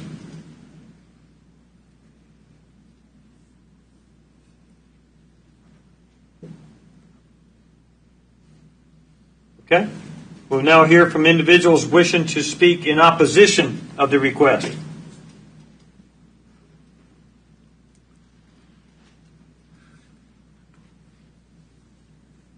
Thank you for the time. My name is Ronnie Seaton. I'm at 17733 178th Street. I'm caddy corner of this piece of property that was owned by Pappas for a long time. It's rural. This whole area has been rural. At 1 acre tracts and trying to disperse sewage from a septic system at a major stream that runs through that property that's kind of protected. I have 31 names on a petition of people in that area directly affected that don't want it. It doesn't fit the area, people. We're all 20 acres. Yes, there's 5 acres. Okay, put 5 acres in. I get that. That's what it's zoned for. But we're all 20 and 15 acre tracts. I've been there 31 years. It's a quiet piece of property. It's a quiet area. There's people that just moved in across the street, which you'll probably hear from. He moved out there for the quiet. You talk about the future land use. This isn't the land. This isn't the future. This is right now. You know, and he just bought the property. It's not that he owned it in his family for all these years. He just purchased it. So I know that Papa's daughter would not like to see this developed into massive land use. She kept that property the way it was for a long time, but their age and their health got away from them. We would have been glad to buy it. We never even got a chance to buy it. So I hope you consider that the rest of us landowners that live right there close aren't looking at 1 acre lots. Who wants to look at that? And besides the sewage disbursement, you've got a major waterway that runs through there. It's been a quiet area for a long time. And there'll be other ones talk that are just my neighbors too. I just hope you take that in consideration. Thanks, sir. My name is Dave Navarro. I live on 17582 178th Street, right up the street from here. And I understand that Kansas City is moving out our way fast, but I just don't see a reason to drop this piece of property into smaller pieces and connect the two faster than necessary. So that's just my opinion. Thanks. Thanks, sir. Thanks for coming out tonight. Daniel Flynn. I live at 17722 178th Street. I am the person that Ron just mentioned that moved in there 3 years ago. I have the 20-acre plot just south of where this would be built. I think what we moved out there to be in a rural environment. It is peaceful. I just cannot imagine 1 acre lots in that space with that congestion. It's almost like bringing the city out to the county rural area. I do worry about the creek runs right by adjacent on my property too. There's wildlife in there. It's wooded, and I'm concerned about, any septic contamination that might affect that as well. But mainly it's the density that I object to. Thank you. Thank you, sir.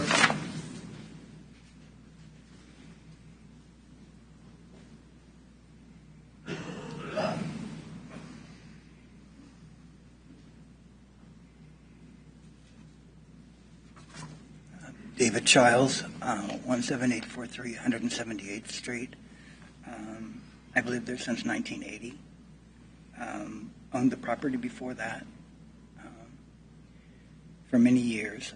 I just want to mention that all the property in that area, south of Evans Road and on both sides, east and west of 178th, are 5 acres minimum. Many of them are considerably more, like Ron said, 15, 20 larger areas. And 1 acre plots would considerably change the whole dynamic of the area. The quietness, my property is right next to a very main draining water creek, 69, and we just don't need any more refuse flowing through there.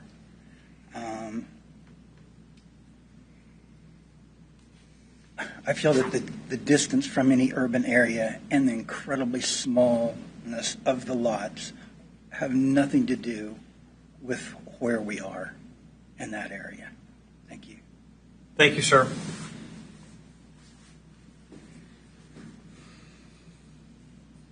Good evening. Jed Rodina, 17627 178th Street. I live about a quarter mile up. I'll keep it short and sweet. I just think that this would change the character of the neighborhood immensely. I think that there's potential for pollution in that stream, and I think an increase of traffic would not be a good thing on those roads. Thanks, sir. Thank you. Thanks for coming. Jeff Roberts, 17581 178th Street, neighbor of Jed and the rest of these individuals. Just flabbergasted that they're even going through with something like this. We moved out here from Wichita.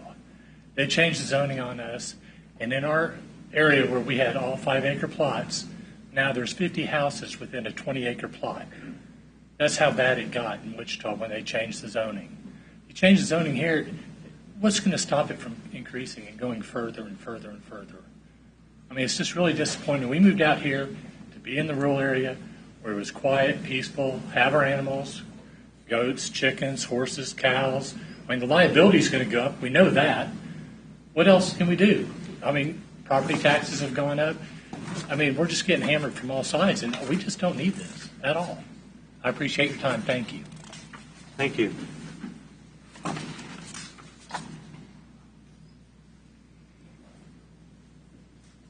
Good evening. My name is Tim Vitt. I'm at 17892 Evans Road. I live directly across the catty corner from this property, and I agree with the others that have spoke here. I think the 1 acre piece of it just really doesn't fit the area. There are a lot of larger lots in the area, and it really doesn't even fit the grand scheme of zoning at the 2.5 acres that you all were talking about in the previous issue. So I just really don't think it fits the issue.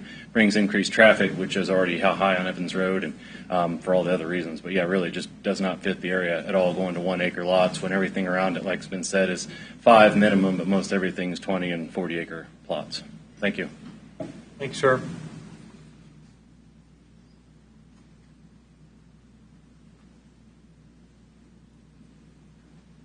How's everybody doing tonight? You ready? Long night. Hang in there. Hey, my name's Aaron Quisenberry. Everybody calls me Quiz. Our address is 17895 178th Street. So our 5-acre tract is directly west of across the street on, I guess it'd be 178th Street. So I think most of the homes out there are, most of them, the majority of them are 5-acre tracts or more. You've heard this several times. We'd probably love to keep it that way.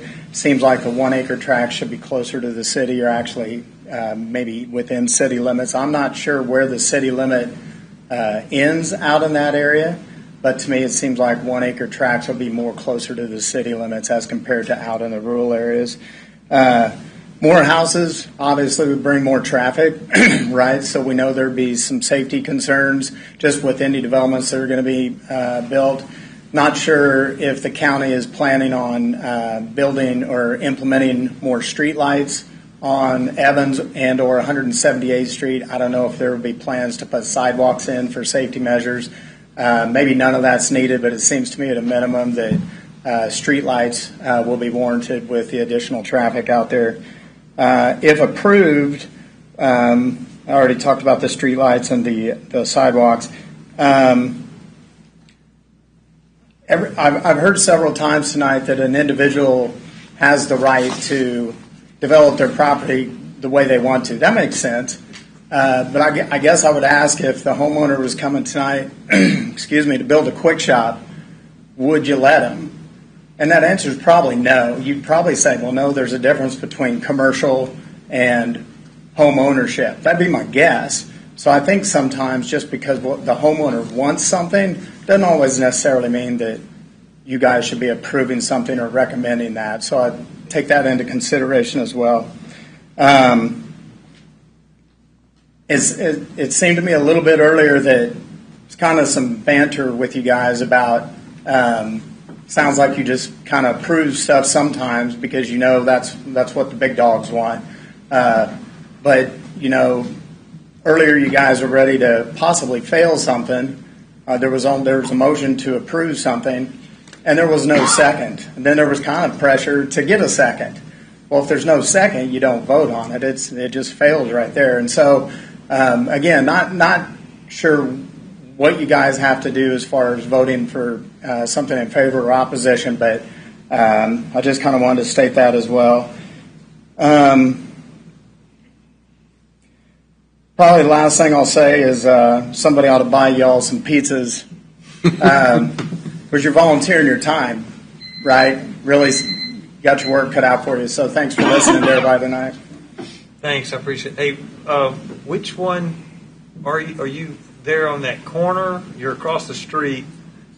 4.07, I think. 4.07 or 4.03? We're not the first house on the corner of 178th and Evans. We're the second plot. Okay, so you're right across the street. Yeah. That's the reason I was like. Yeah, probably the last thing I'd say, I know my 3 minutes is up, but we hit baseballs into that field sometime, me and my kids, so I think that would probably be a gonzo thing. So thanks again. Thank you. My name's Brent Ragsdale. My wife Patty and I live at 17524 178th, which is about a half a mile south of this property. We moved out from Shawnee about 12 years ago and built a small house in the country.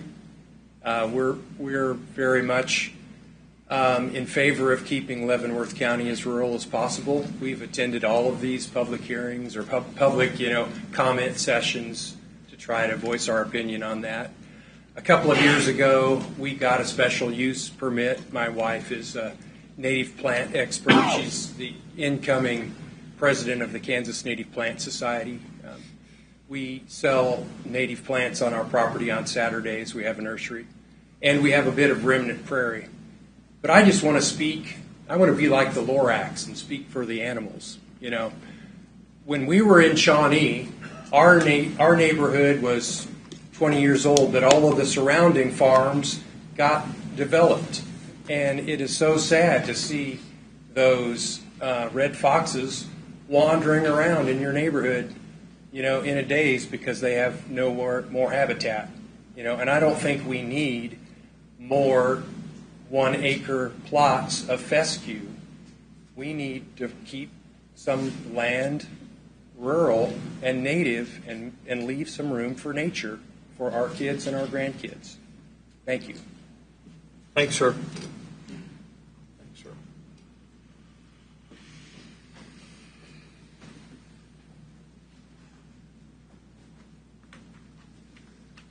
Keith Kaufman, 17638 178th Street. I'm directly 2 lots south of the proposal. Lived in Kansas City quite a long time. Purposely moved out to Leavenworth County to be in a rural area. We purposely bought the property. We have 20 acres there to do farming. We don't currently have any animals, but we have in the past, and we do plan to in the future. I will literally look out my kitchen window at that property that is a nice pasture with trees. And in order to do what they're requesting, everything will have to be leveled. And I just want to stay rural. So I agree with everything that's been said so far. So thank you. Thanks, sir. Appreciate it.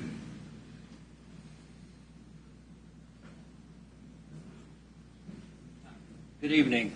My name is Mike Woods. I live at 9420 Gillette Street in Lenexa, Kansas. Though I don't live out there, I own the property directly north of the 17675 Evans Road address.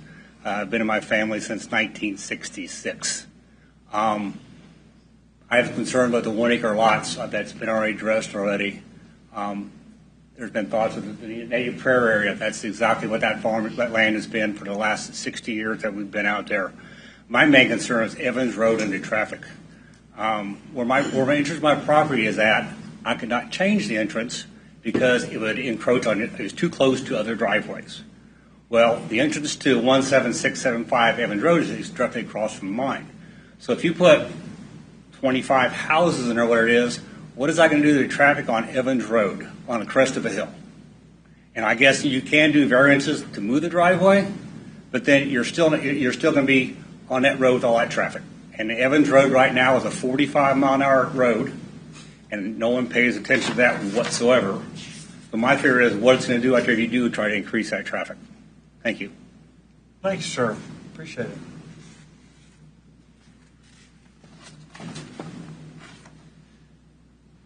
Hey, John, on that script that we were looking at earlier, I could have sworn I counted 8 lots.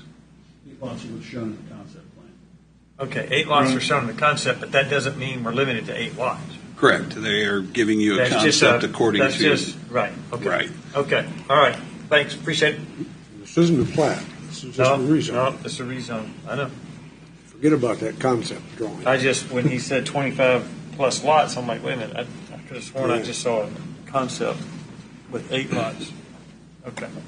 Well, presumably with the concept, when they come back here with the plating, it'll bear some semblance to that. That's the reason for the concept plan. In the absence of that, then it's simply density that's allowable under that zoning category times the acreage that's there. And I would assume that you would figure in the highest density imaginable when you're figuring a rezoning decision. So that's the purpose of the concept plan. Thank you.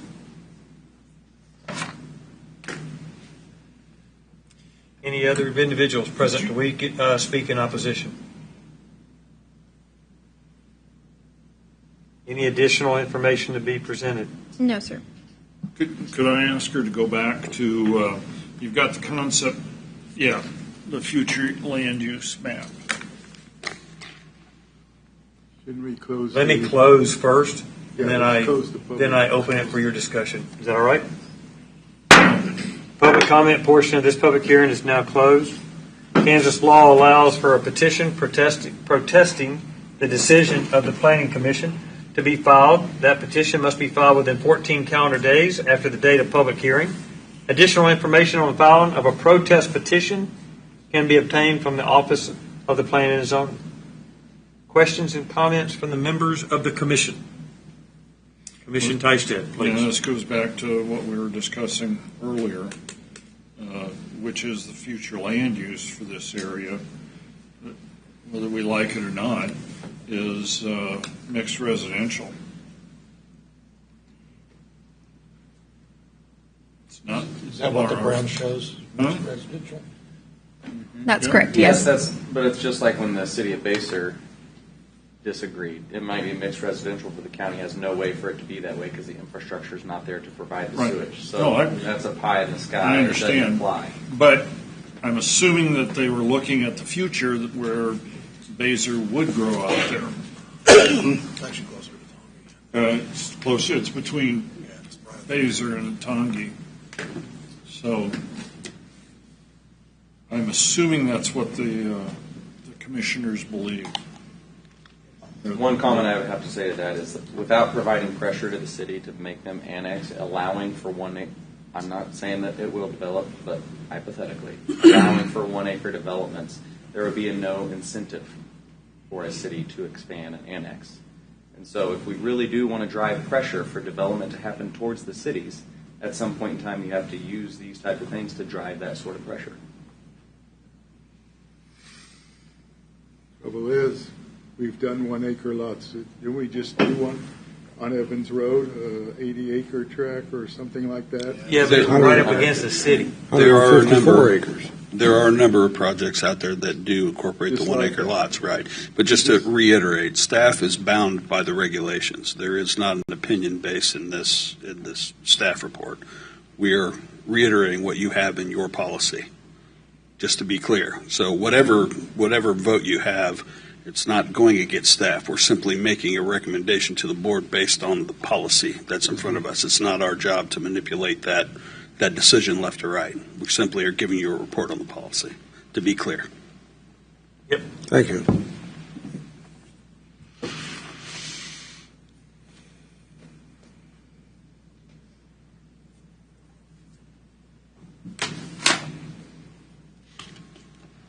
I'm looking at the character of the neighborhood. You're saying that surrounding parcels are from 1.9 to more than 19.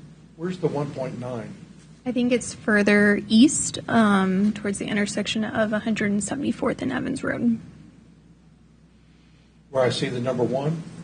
Yeah, it's somewhere around in there. There were a couple of ones that were below the 2.5. So, in the next zoning category would then be 143 that it would fall under. But there was only a few. Yeah, those were long time ago before we passed the policy. Yep, understand.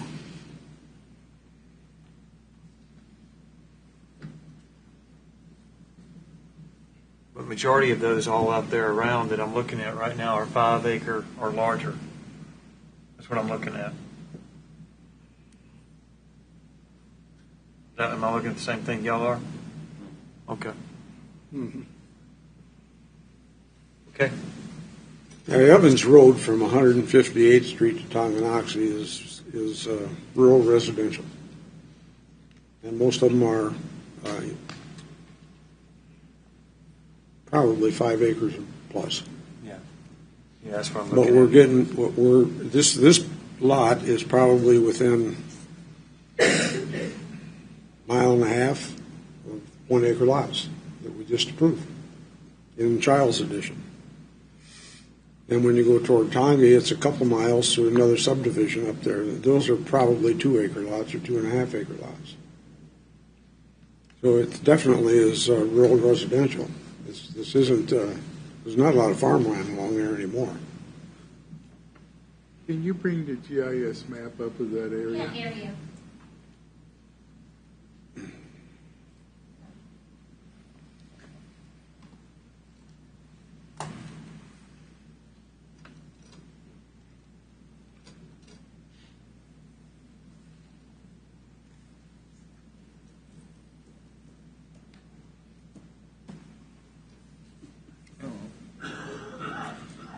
That might be down.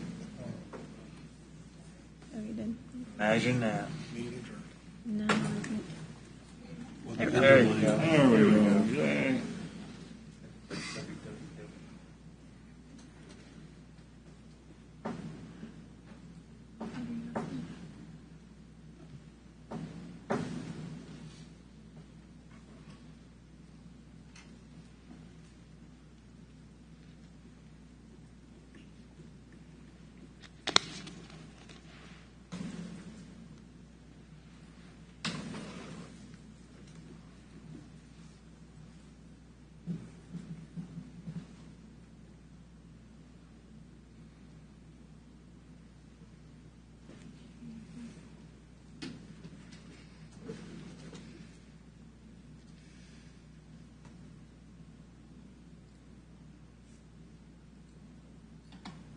Okay, going further out, I want to see where the 1 acre tracts are and how far they're away from this property. Right there on 169th and 180, 168. Are you looking at the Orchard Road type stuff? Yeah. And 166.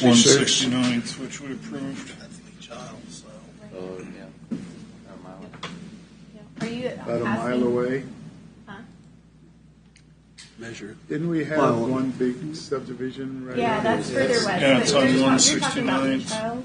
Yeah, Lee Yeah, Childs that was are 1 Lee acre. Yeah. And we added on to that. Then we have one farther east than that. Yeah, it's the next block over.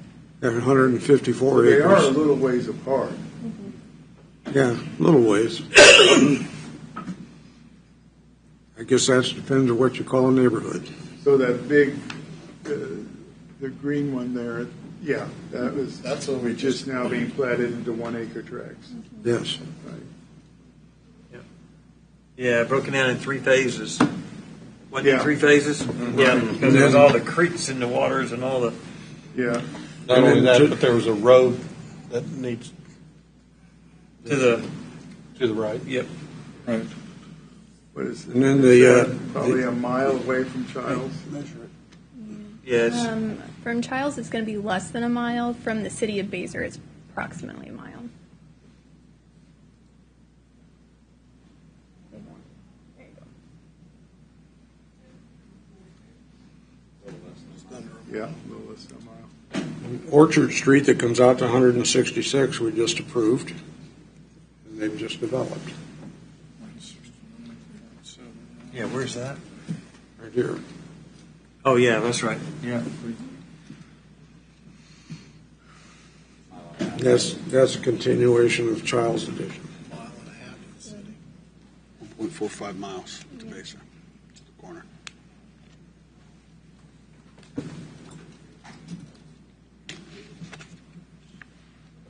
Can you see that clearly?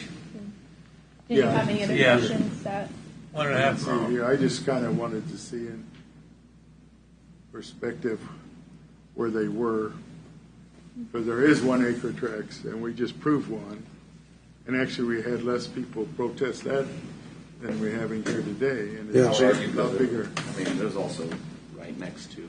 Yeah, right. Yeah, they're That's across right the street close from to the city. Too. Yeah, Yeah. you're right. And that's what I wanted to see, where this one was perspective to the other ones and to the city. Yeah, kind of outside the city, kind of. I mean, if you look at the surrounding areas, they're kind of by rule, by definition, if you look at greater than 5 acres, if that's what you consider rural. Well, we talked about that too. But it's owned R25s.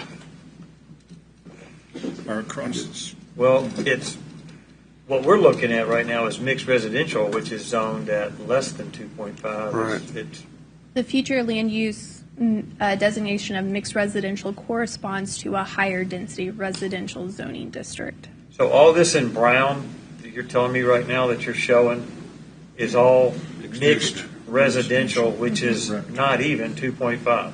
No.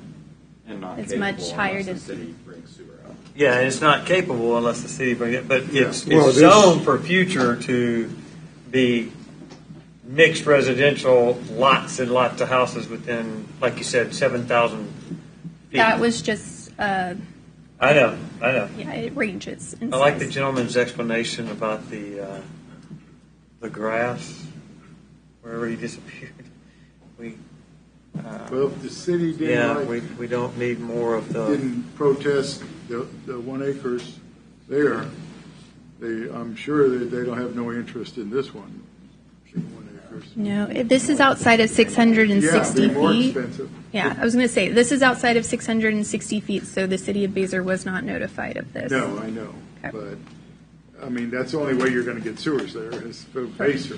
Mhm. Face it. They don't have a And if sewage they weren't interested close. in there, they're not gonna be interested in this one. Not that I'm aware of, Commissioner Clemens. So what was the sewage plan again? There is none. I didn't It'd have to think I be- saw, I didn't read If they it. went to if they, They're asking for R1. Which is R1, the which means they'd smallest have. lot size that you can do septic on. Septic on You this, can do right? septic only but it's got to be engineered. It'd be Correct. engineered systems. It's got to be an engineered system. Playing devil's advocate, if it wasn't big enough to do septic, that would be the standard. If what? If 1 acre wasn't big enough for septic, that wouldn't be the standard. 1 acre. In theory. In theory.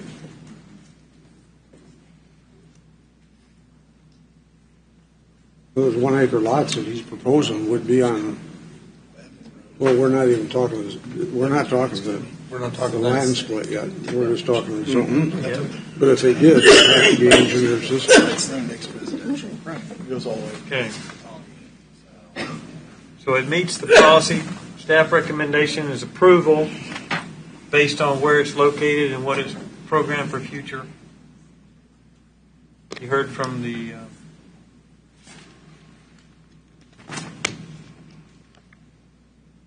applicant earlier and what he said. I'll entertain a motion on this request.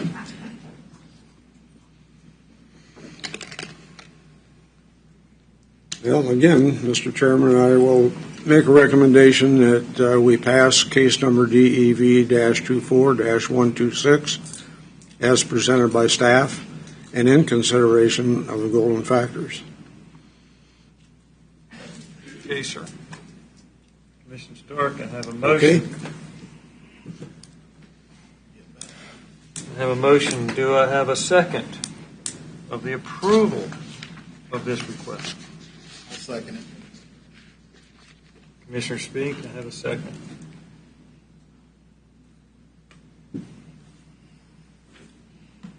Any more discussion on the motion?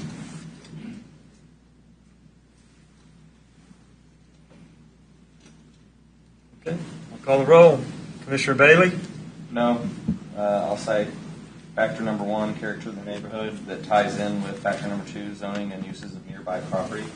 The overwhelming majority are at a much higher zoning level than is being requested, which, in my opinion, also plays into number 6, which is public welfare. So those would be my 3. All right. Thank you, sir. Commissioner Stork? Yes. Commissioner Gestschalk? Yes.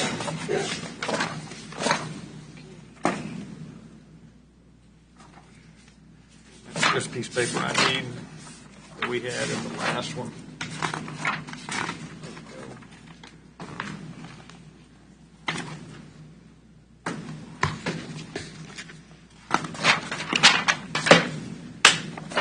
Thank you.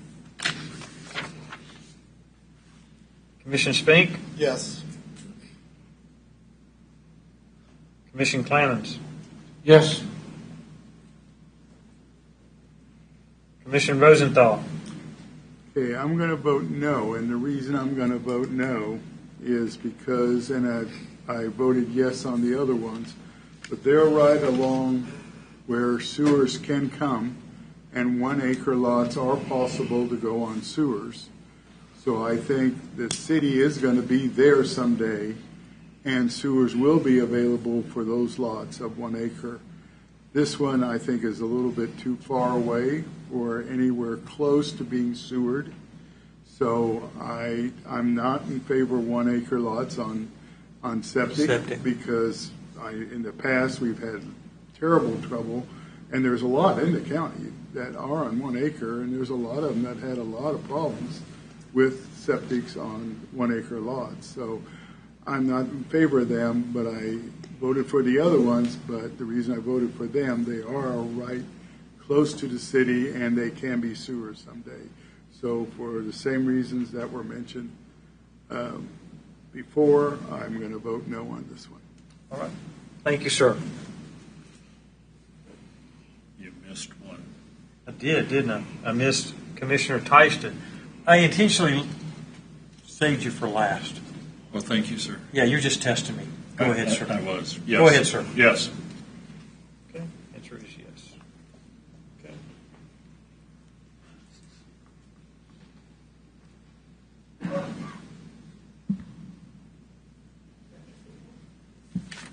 Okay. The motion is carried by a vote of 5-2. The Board of County Commissioners will consider this item no earlier than December the 4th, 2024, in that meeting. The commission agenda is posted on the Leavenworth County website and is available for public viewing. Thank you, gentlemen. We've only got 9 more to go. Where's everybody going? We only got 9 more to go. It's a young night. Hey, can we take a 10-minute break right now? Without an adjournment and then reopen, can we just take a 10-minute break? I think you can, as long as you determine a time to open it back up. Okay, we'll use this clock right here. So at 7:50, we'll come back. All right, let's take a 10-minute break, use restroom, and refresh our waters. We'll re-adjourn at 7:50.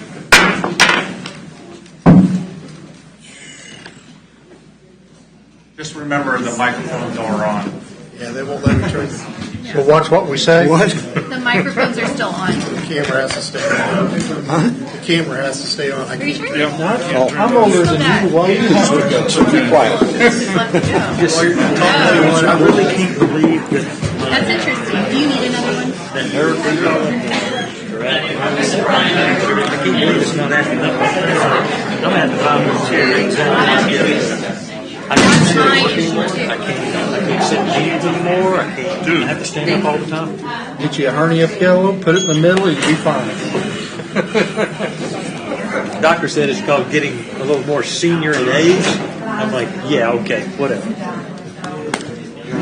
Yeah, I'm doing good. How's your new house? I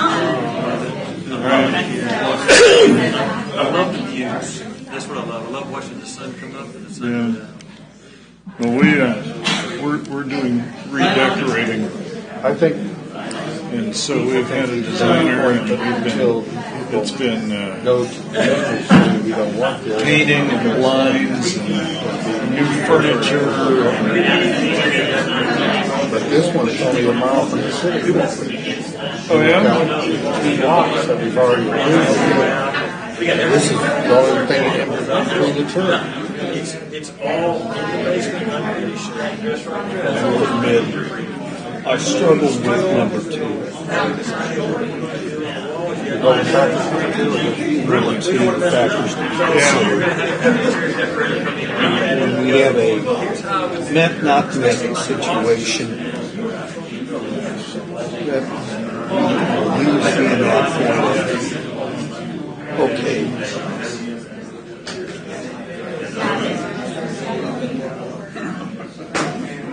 What are the ramifications? Yes. What are the particular criteria that we're using that will ultimately result in those ramifications? I used to live up here in Woodland, very south end of Lansing.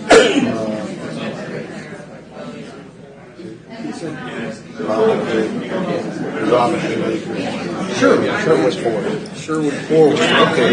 And I had a 3.5 acre lot. I thought that was too small. And the only reason I moved into town was because I got skin cancer and I couldn't take care of it. The doctor said between 9 in the morning and 5 in the afternoon, you can't be out there. That's wasn't enough time. So I have empathy for people that say it doesn't fit. I do understand that. But at the same time, I can see the commissioners and the county's point of view. Just 20 people.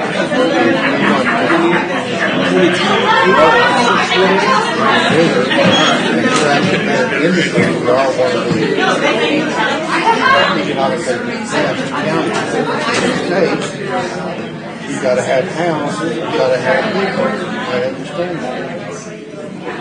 But in the first one, we were 2.5 miles from the city border, not the city center. And this one, we're 1.5 miles from the city center. And to me, that makes a huge difference. And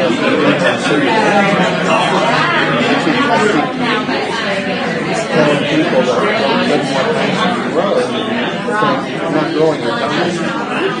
And I'm already complaining about my property taxes. They're happening. And we've got 80% of our budget comes from property taxes because we don't have industry. And to attract industry, houses have sold much more than I bought my house in 50. It was up for one day.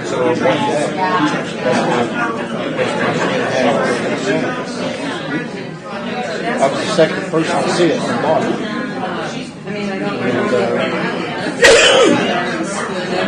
you have to balance these things. No basic wants to grow, and they're going to have to get off the infrastructure. I mean, by expanding it, making it where these houses are. When you talk to Lansing about their sewer, wastewater across the highway now, all the way out on the road. We do not have it up in Sherwood Forest. That's on the other side of the highway. So that's another $1 million, but the problem is, you've got everything else running down the utility easements already. And so what we're going to do is either go lower to miss all that stuff, dig it all by hand, and rain out there goes like this. Well, it's not going to be gravity fed. There's going to have to be some that's going to have to be pumped to get it up to that gravity before it will go down to the Gilman Road. So all these things are going through my head, This is much more likely than sewer than the one that we saw before. But I know we're not supposed to consider that, but you can almost use that again. It's going to be so long before it gets out there, what's the likelihood of them ever seeing it in their lifetime?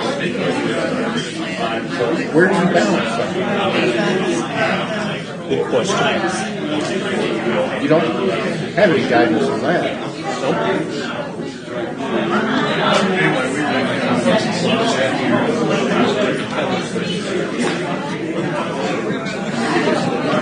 How much longer are we going to be here? Another 3 hours? Starting to get late. I'm telling you, that pizza sounds really good.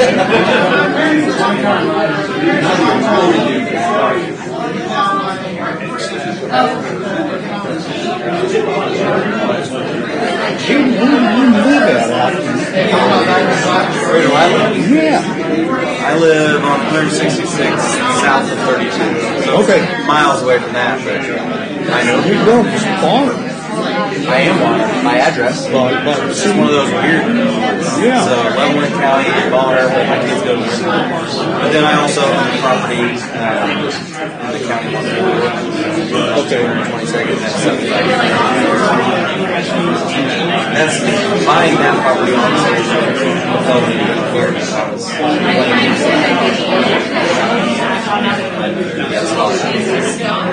Gotcha.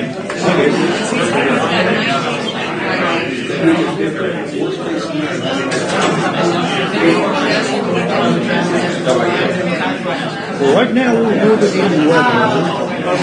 We're almost 2 miles from the property we own on Spring Hill Road. That property is just outside the city limits. We're just inside the sewer petition. So it's kind of one of those sweet spots.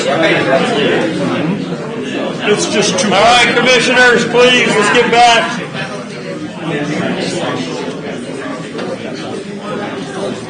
Ten seconds.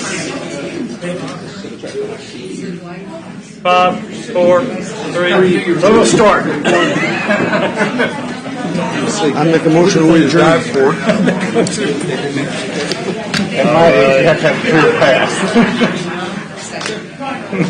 All right. We're back in session. Okay, we're at 9F. We've only got 6 more to go. So, I'm just kidding. We've only got 4 more to go. But who's counting, right? Because we're having so much fun tonight. Indeed. All right. This is 9F as in Foxtrot. Leavenworth County Planning Commission will now consider case DEV 24-127. Here we go. I haven't officially started yet. The Leavenworth County Planning Commission will now consider case DEV 24-127, a rezoning request from PR2 to RR5 as outlined in the posted agenda. This requires a public hearing. Public comments are limited to 3 minutes per person. Staff report. All right. Case DEV 24-127 is a request to rezone the parcel at 22856 Woodend Road from PR2 to RR5. You guys don't see PR2 very often. It is Planned Residential 2, which is a moderate density, so a much higher density than what we normally see, zoning designation. It is part of the County Road 1 rezoning, and clearly they are out within the county. The applicant is requesting to rezone to RR5 so that they can, as they provided and are in the process of wanting to subdivide a 5-acre tract in the southeast corner of the parcel. The tract would be compliant with our regulations if this rezoning were to be approved. So there is 5 acres, 300 feet of road frontage. Staff did review this in regards to the golden factors. Staff did find that most of the factors are met in this case, except for the zoning. Surrounding zoning is either PR2 or RR40, which is rural residential 40 acres. Again, we don't see that very often, but some small area of the county does have a minimum of 40-acre zoning. One of the criteria for the PR2, obviously, to develop it at that density would be to have sanitary sewer to this lot, and it does not. In addition, this lot does not have or is not within the boundaries of a rural water district, so it doesn't have public water as well.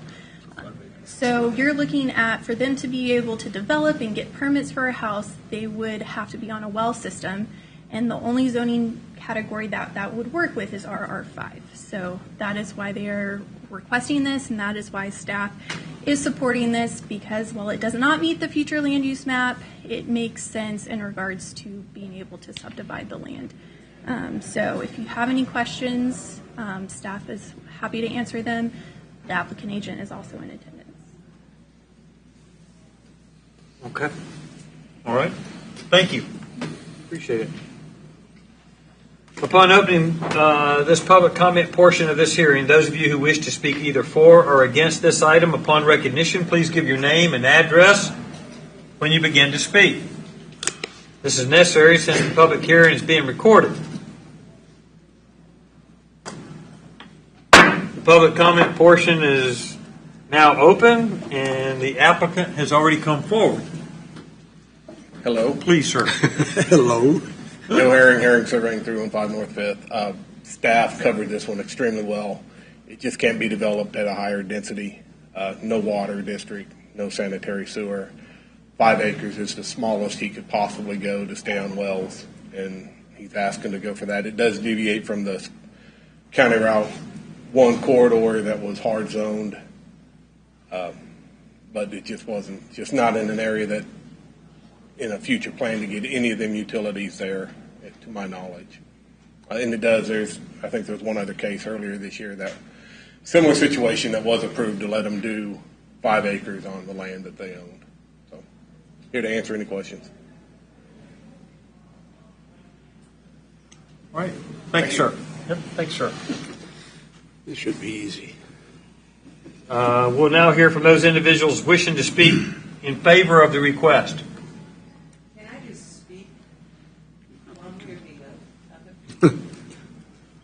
I'm Janice Bernhardt, 22927 Woodend Road. I live right across from Matt Diddy and have 160 acres that I think is 40 acres ag. I'm just here because I thought, what's Matt up to now? And now that I know what the choice was, because I didn't know what PR2 zoning was, I think it would be a good thing to do this, right? Help. But my thought, as well as the neighbors I talked to, is septics and the well that's been talked about. I do have a little bit of concern of his residence, which probably has nothing to do with this meeting, but he put up industrial lighting, and every time he zigs, I zag, because I had to spend $13,000 for a privacy fence to fence in my dogs, and that's only been my only issue with him. So I'm just up here trying to figure out what he wants to do, and I think I've come to an understanding. Okay. Got All anything right. to say to me? So are you in the See what where we the call big- 5 RR40 there with the nice big Yes. pretty lake and everything on Yes, it? sir. Yeah. And my concern it would be, because they're higher elevation, possible runoff into that, and it has that clear to County Road 1. My brother and I split it because we just look at life different. And it's still being farmed by Steve Skeets' dad, Bill, and has been for 50 years. I've been there 50 years. It's been in my family 100. So I have no intentions of development. Okay. And I just want to be sure, and my neighbors as well, because there's been septics at the corner of that road that have overflowed into the creek down there. So just to help out, this is the Thank you. conceptual plan with the single tract that's broke out at 5 acres. That's what you see on the right-hand side, then the remnant of the tract on the left-hand side. They're required to submit a conceptual plan during every rezoning. Okay. Is there something with the lighting? Because when that interchange came in, because I'm the girl that kind of started that, we don't want the interchange.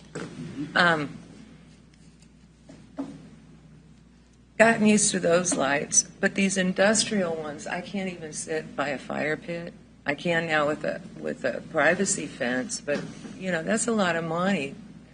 If they, and he puts another house, what about their lighting? Okay. All right. Thank you, ma'am. Do I get answers to those? Lighting wouldn't be a component of this particular action. That would be a separate item that we had to deal with. Yes. About the lights that someone's going to have on there. They did fix it at the building site, not the Yeah. So this is Anyone else? this is purely a rezoning request. Now there'll be another meeting that you'll want to attend when it comes to. I'm sorry. Whatever else. Plots are not, no, they're not required to be public hearing. What about the lighting and where the house would be? Well, that's all later. That's all laid out in the regulations on what they can do on the property as far as where they can set the house on a single building. So give us a call tomorrow, talk to Kyle, and Kyle can give you all that information. I can talk to Josh. That's Josh up there. All right. So we're still in the individuals wishing to speak in favor of the request. Once. Okay. We'll now hear from those individuals present wishing to speak in opposition of the request. All right. Any other additional information to be presented, Amy? No, sir. Thank you. Public comment portion of this hearing is now closed. Kansas law allows for a petition protesting the decision of the Planning Commission to be filed. That petition must be filed within 14 calendar days after the day of the public hearing. Additional information on the filing of a protest petition can be obtained from the Office of the Planning and Zoning. Are there questions or comments from the members of the Commission? And this is probably, I don't know if this is the place or the time. So now this is the second time we've had a request for a rezone from a PR2 to a RR5 in this Highway 1 corridor. And I just don't have the history on the on the County 1 corridor and why it was hard coded, hard zoned as a PR2 when, I mean, just educate me a little so I can help make a decision. Long before my time, but I can give you what I've read. Okay. And what I can see. So I think a consultant was tapped to take a look at this corridor when they got the exit off of I-70, and they anticipated this to be a major economic corridor, sunk a considerable amount of money into land use projections in those particular areas, which the hard zoning or block zoning was a component of that consultant's recommendation.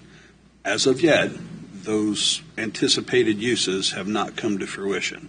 So yes, this is the second one within the County Road 1 corridor that you've seen in my tenure here, which has been 2 years.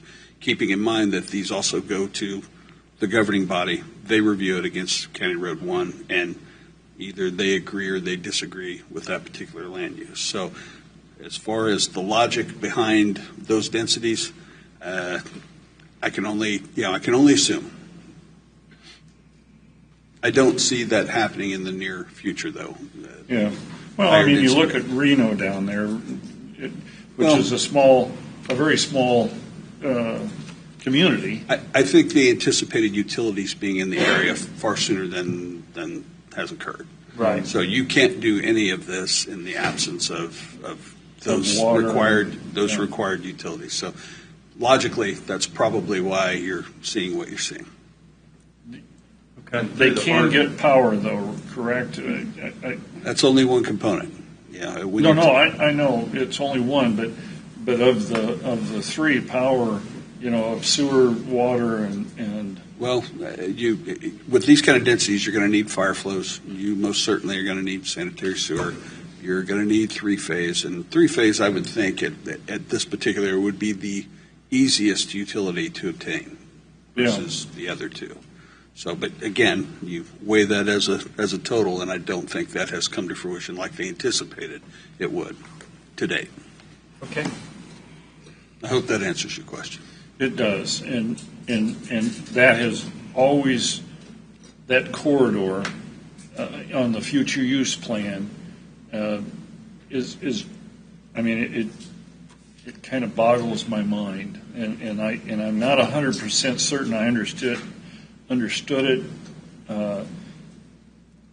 and when we talk future use again,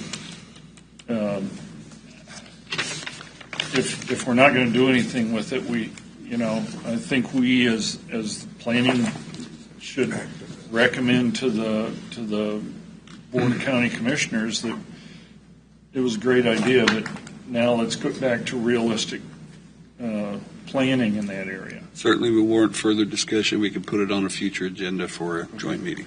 All right. That was my whole thing about this, was if it's hard zoned and it's in the corridor, what are we supposed to do with it?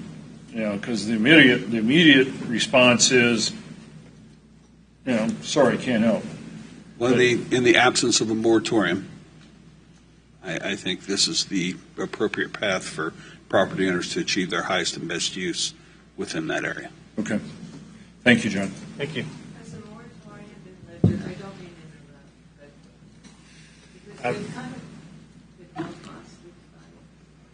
but because I've closed the public hearing. I'm sorry, ma'am, but we are happy to help you when this is all over with tonight.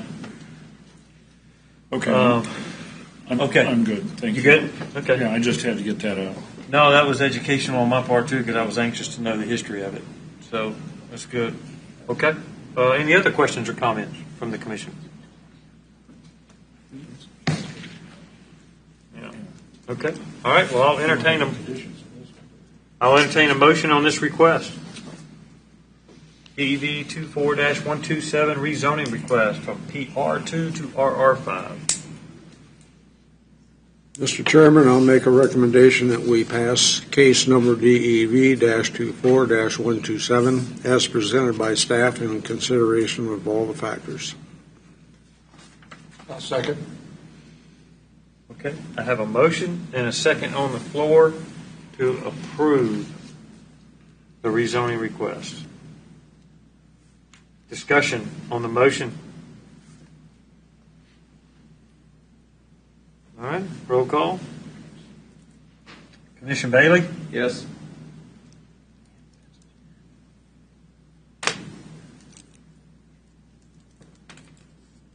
Just lay the dollar bill in here. Commissioner Stewart? Yes. Commissioner Guschok? Yes. Commissioner Spink? Yes. Commissioner Tysted? Yes. Commissioner Clemens? Yes. Commissioner Rosenthal? Yes. Motion is carried with a vote of 7-0. The Board of County Commissioners will consider this item no earlier than December the 4th, 2024 in a meeting. The commission agenda is posted on the Leavenworth County website and is available for public viewing.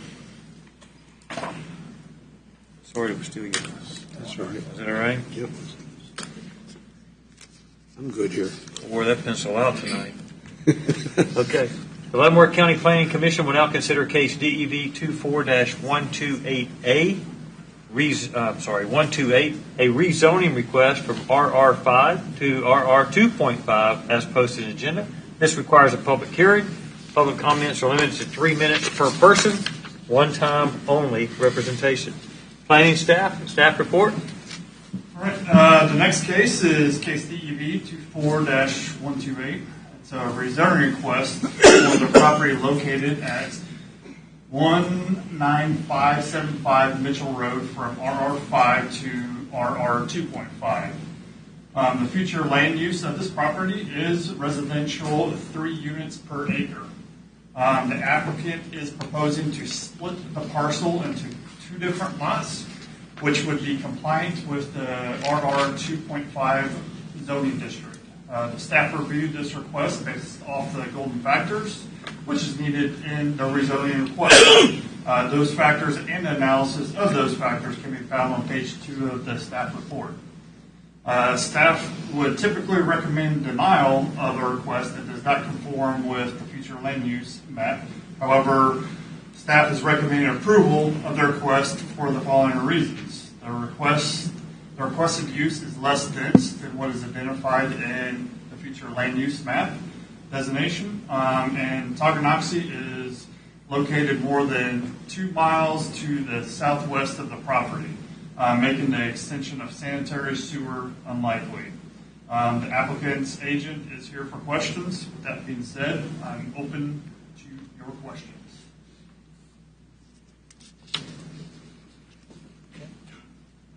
Thank you. Oh, he's slowing up. Upon opening this public comment portion of this hearing, those of you who wish to speak either for or against this item, upon recognition, will give your name and address each time you begin to speak. This is necessary since this is a public hearing being recorded. The public comment portion of this hearing is now open. Applicant, please, sir. Joe Herring Surveying, 315 North 5th Street. Staff covered it very well again. The client is aware that they have to limit their access to the area shown on the northeast corner. It's a very small piece where they'll have a shared driveway, but it is doable to get this done. It is a 1-lot subdivision. It's not part of the greater subdivision around it. And I believe we did a rezone just down the street from here on Mitchell for 2.5 acres early this year. Maybe it was last year. But that's all I got. Any questions? What was your name again? I can't remember. It's too late. I shut it off. I did have a question. So the access point that's currently showing essentially kind of a dirt off of Tonganoxie Drive has to be eliminated. Is that correct? Has to be eliminated. It already has been eliminated. I'm not sure if it has or not. I believe it has been eliminated. We did issue an entrance permit off of Mitchell Road in that north. Okay, and so the yellow line on the concept plan is roughly where the access to both plots is going to be? Yes, it'll be an easement. Okay. Across that lot. And is that in conformance with the distances required between driveways? Because it looks like 19571. I thought it was a 300-foot separation or a 100-foot separation. You're talking about road frontage for lot purposes. Well, no, but separation between driveways. When Mitchell local. I don't think it's 300 feet for separation of driveways. It is 300 feet for road frontage. Right. No, I'm not But I talking can't frontage. remember. I'm Yeah, I can't talking remember about what the the separation is. Just to reiterate what we talked about several cases ago, the access management policy is a separate component to what you're seeing here. I got it. Yeah, they will have to comply with that access management policy to obtain a building permit and a further access for these lots. This is just rezone. And some more information for you. No, I know. If It's you look just at the recorded rezoning. plat of Smith Corner, I think it's called Smith, on that plat, they restricted his access point to the area shown. So it was agreed upon at that time that is where the access has to go. Yeah. Whether it meets access management policy Because or it was not. because it was platted and it's a restriction of the plat restriction ways. So. I got it. And all I'm looking at is they're going to be back. Sure. No, totally At understand. some point, and so is there any way or do we just have to live with it when they come back? Well, again, plat restrictions are always going to carry, but at the end of the day, they won't come back for access. They'll have to meet the access management policy or comply with the plat restrictions. Okay. All right. Thank you. Okay. Thanks, Joe. Appreciate it. Okay, we'll now hear from those individuals present wishing to speak in favor of the request. Those individuals wishing to speak in favor of the request.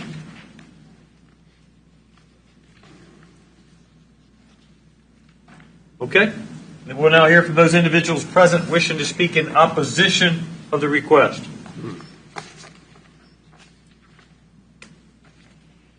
Good evening, gentlemen. My name is Steve Walker. I'm here with my wife, Tracy. We reside at 20732 Tonganoxie Drive, which is just to the south of the 307, well, the shop there in the big old circular drive. Just over 2.5 years ago, my wife and I started a task of trying to get back to our roots. We grew up in rural areas, not particularly Leavenworth County, but further south. Having lived in the metropolitan suburbs of Kansas City for nearly 30 years, we were both ready to leave the city living mentality behind and find a much quieter rural location, along with the benefit of not having to live in an area where the homes are practically built on top of one another. After several months of looking, we found our perfect spot and have been calling it home for nearly 2 years. What we loved about this area was the homes were spread out and sit on land consisting of nearly 5 acres each or more.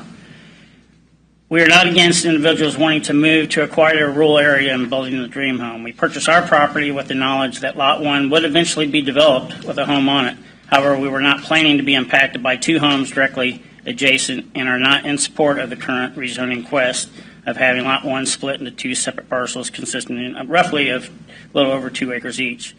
My wife and I are asking the Leavenworth County Planning Commission to deny the application current under consideration for the rezoning of Lot 1. Thank you. Thank you, sir. I believe I know where you're located up there at the 14.13. You get that nice shop with a business out of that shop, right? Yeah, there's no business. Oh, there's not? No. We purchased property 2 years ago. Oh, did you? Yeah. The reason I recognize that is I was looking at that lot next to you. So you bought 2 lots. Yes. Yeah, it's really beautiful. Really beautiful. Thanks for being here tonight. Appreciate it. Yep. Okay. Any other individuals we can speak in opposition? Evening. My name is Cheryl Dobbins. I live at 20749 Tonganoxie Road, directly west of the parcel in question. The previous owner actually released details to me that the parcel is not actually a full 5-acre lot.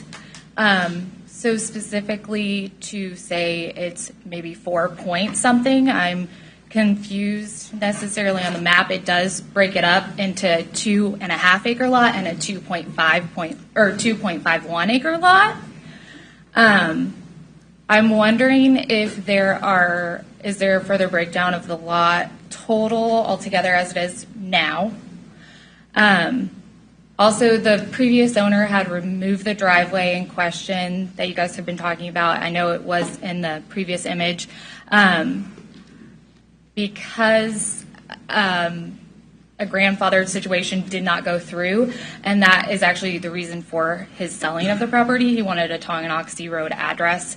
So I just question the idea of putting two properties on one address that close to an intersection where we're already going to be accepting an increase in traffic with the upcoming shoulders coming in and the bicycle lane. Like Steve said, we moved out to the country for a reason. It's plotted for one home. It would be lovely that way. I think all of us would agree as neighbors, we're all of us adjacent to this property are here with the same idea that we would love a new neighbor, but one property would be nice. Thank you. Thank you, ma'am. John, did you want to answer her question on the actual size of the lot? So, Or based Josh? off of the actual subdivision plat that is on the website, I can pull that up if you're wanting to. The lot 1 of Smith Corner is surveyed as 5.09 acres. And that's why I put the differences as far as the acreage on the staff report.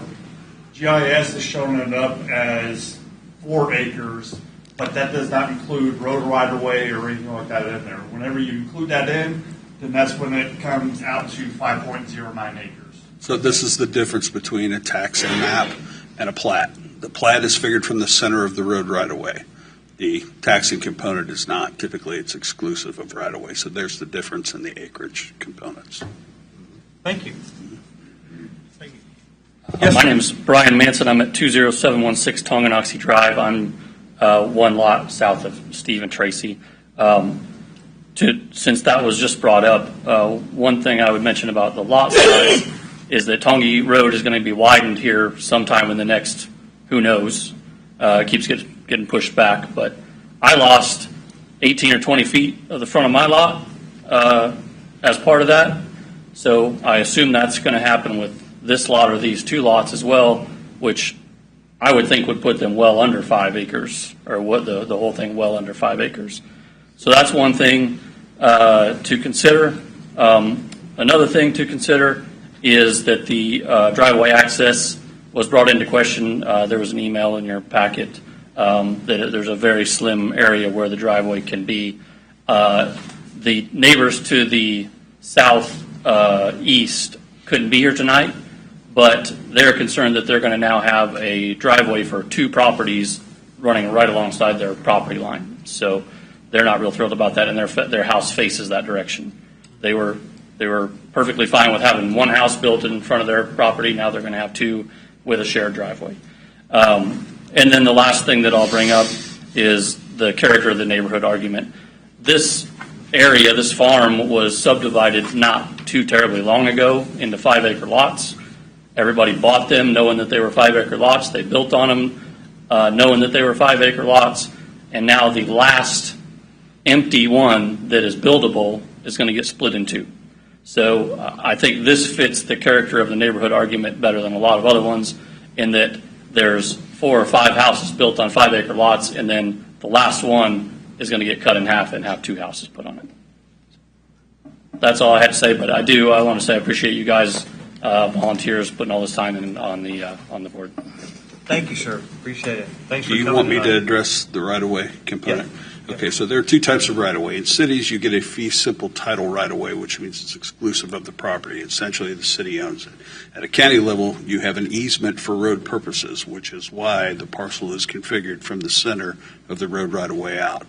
So the use may become greater, but the property is still retained by the property owner with an encumbrance of an easement for road purposes. So the owner loses. In a fee simple title, the owner does not own from the right-of-way out. And an easement for road purposes, the owner owns to the center of the road. Now, can they use it for anything? No. It's encumbered by that easement component for road that's purposes. my point. Yeah. Yeah. Yeah. I mean, the owner's still paying taxes on it. It's still their land, but yet they can't use it, and they can't because of the easement. Well, I'll leave the taxing component to the appraiser's office, but I can tell you that. No, I got you, between but you understand where I'm coming from. It's like I lose understand. 18 to 20 feet of my property. But So do yet I. I'm still going to Yeah. pay the taxes on it. Somebody else going to enjoy it. I am in the same situation myself. Yeah, I got you. I was one for I got you. Yep. All right. Please, sir. I'm Hello, sorry we're delaying you. No worries at all. My name is Jesse Welch. I live at 19690 Mitchell Road. My family also owns 20853 Tonganoxie Drive. We own 120 acres right there alongside of where this is potentially going to happen. My family has owned this property since the late 1800s, and it's just been passed down generation to generation. I came from Reno, Nevada to come build up my family farm that hasn't been done for probably 40 years. So we're trying to build it back up and make it work.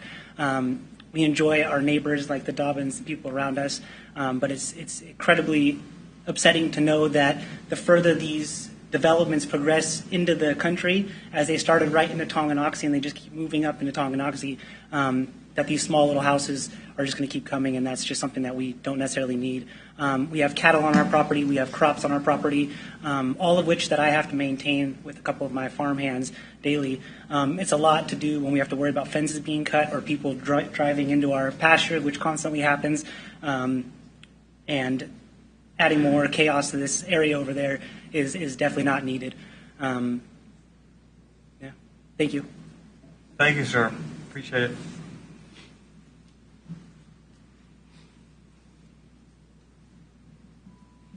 Okay.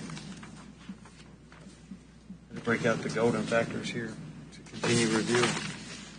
Okay. Any other individuals wishing to speak in opposition? Yes, Joe. Thank you for letting me come back up. Just for clarification, that yes, the property around this lot was subdivided, but this lot is a standalone lot, not a part of that other development. I just wanted to make that clear. It is a one-lot subdivision.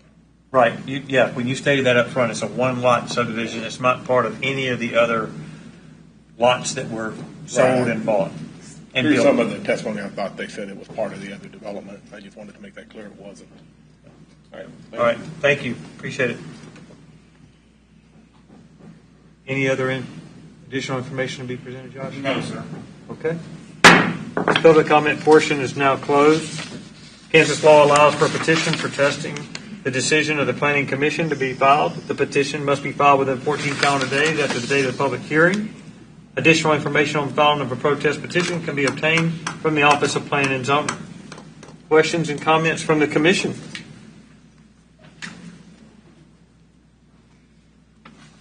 Did we get a measurement on how close this is to the city limits, or did I miss that? When I did my measurements, I just did a straight line distance, and it was 2 miles is what it was. Okay, thank you.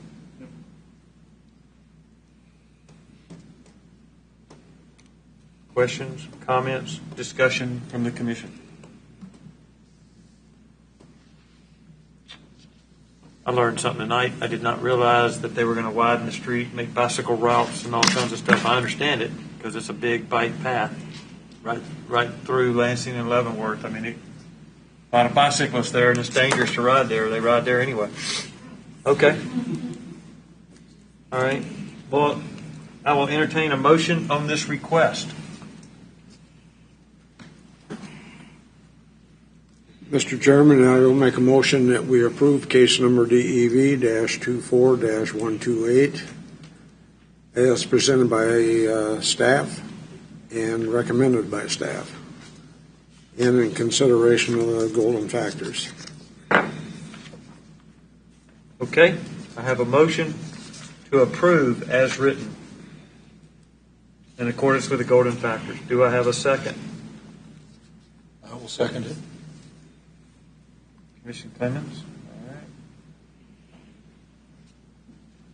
Motion. Second. Discussion. I have a motion and a second. Is there discussion of the motion to approve as written?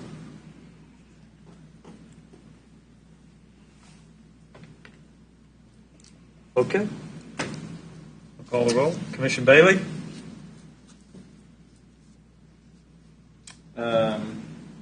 I guess in the spirit of being consistent, I'm going to vote no because it falls in the same kind of distance from a city limit.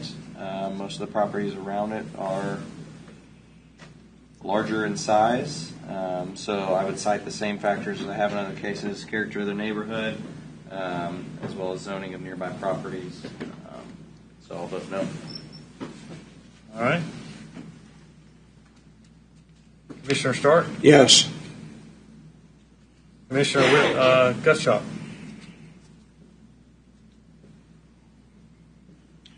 Going to vote no for similar reasons as Commissioner Bailey. It just doesn't seem like it fits with the character of the area. That it is at what it should be, should not be divided. Okay. Commissioner Spink? Yes.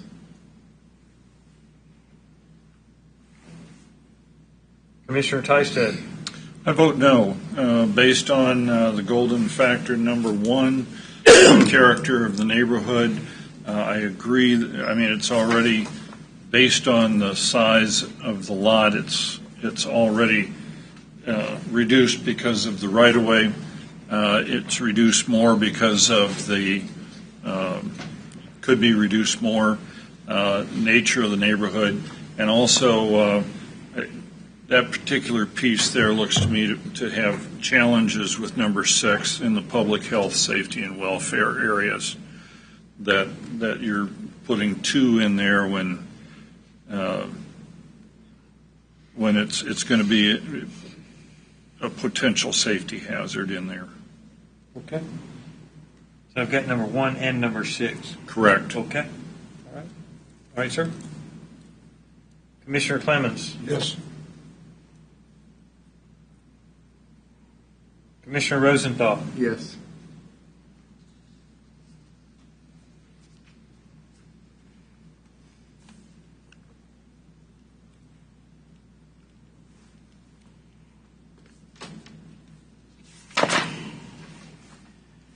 Okay, the motion is carried by a vote of 4-3. The Board of County Commissioners will consider this item no earlier than December the 4th, 2024. In that meeting, the commission agenda is posted on the Leavenworth County website and is available for public viewing. December the 4th is the hearing date.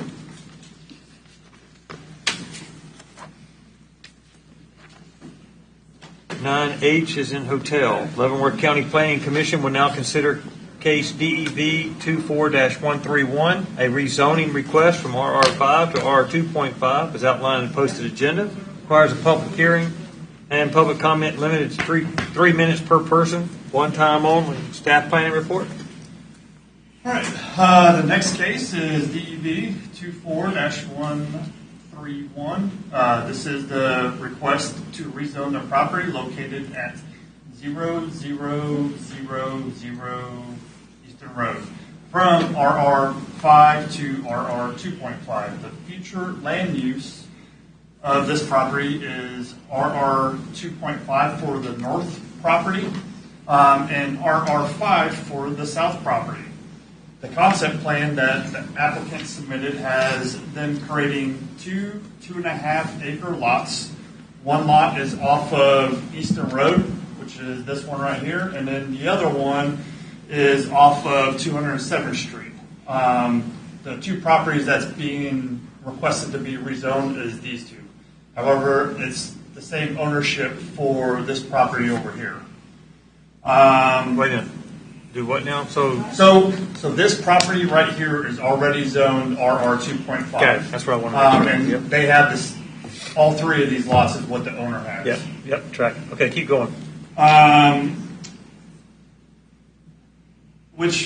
So those 2 lots would be compliant with the RR 2.5 zoning district. KDOT and Public Works have made comments about access off of Eastern Road and 207th Street would be challenging. However, those challenges would be addressed during the plating process. The staff reviewed this request based off the golden factors, which is needed for the rezoning request. Those factors and analysis can be found on page 2 of your staff report. The staff is supportive of this request as the north property matches the future land use designation, and the south property, the property's close proximity of the same future land use designation of RR 2.5. Also, the south property does not have any road frontage, which would require them to access off of either Eastern Road or 207th Street. It would be considered favorable if all the properties were zoned the same. The applicant's agent is here to answer any questions. With that being said, I am open to yours.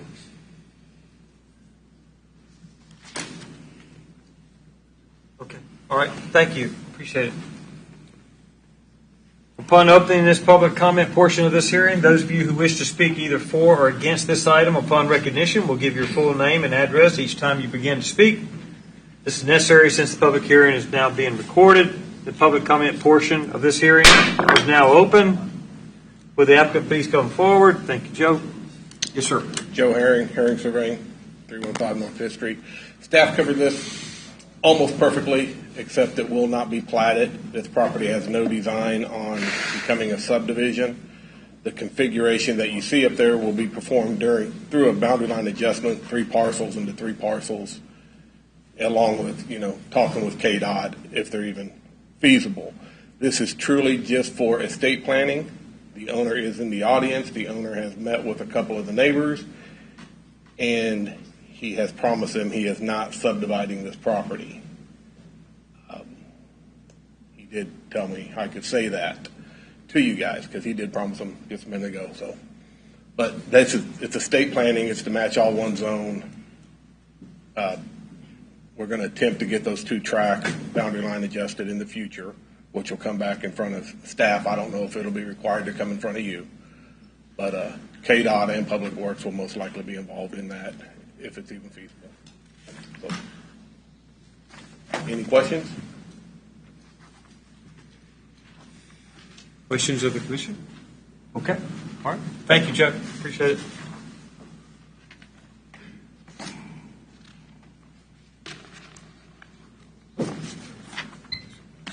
Okay. We will now hear from those individuals present wishing to speak in favor of this request.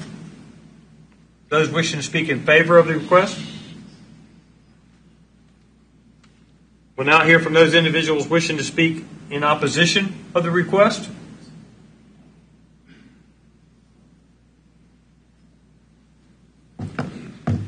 John Carnoli, 21125 Eastern Road. My property, I think it looks like it's 101. So you guys need to come out to my driveway and leave the driveway onto that highway. I don't see how KDOT would let somebody put another entrance onto that highway. The gentleman to the west of me bought the property next to me, and KDOT turned him down. He had to buy 5 acres from the hilltop just to access his property. And the gentleman said that they're not going to subdivide it. Then why are we here? If they're not going to build a subdivision, why are we here? All they need to do is say 2.5 acre lots and find an investor, and boom, you got houses all over. My kids went to school at Pleasant Ridge. You ought to see the black marks in front of my house where cars slamming on the brakes for that school bus. And that's all you need is, I don't know how many houses that would be. I don't see it. And we have horses. We have a dog that protects the horses. And now you're going to have houses, the back of them are going to be adjacent to our property. And every one of these houses are going to have a dog. And we don't need it. We don't need it. And like I said, all you need is an investor, and you got houses all over. Thank you. Thank you.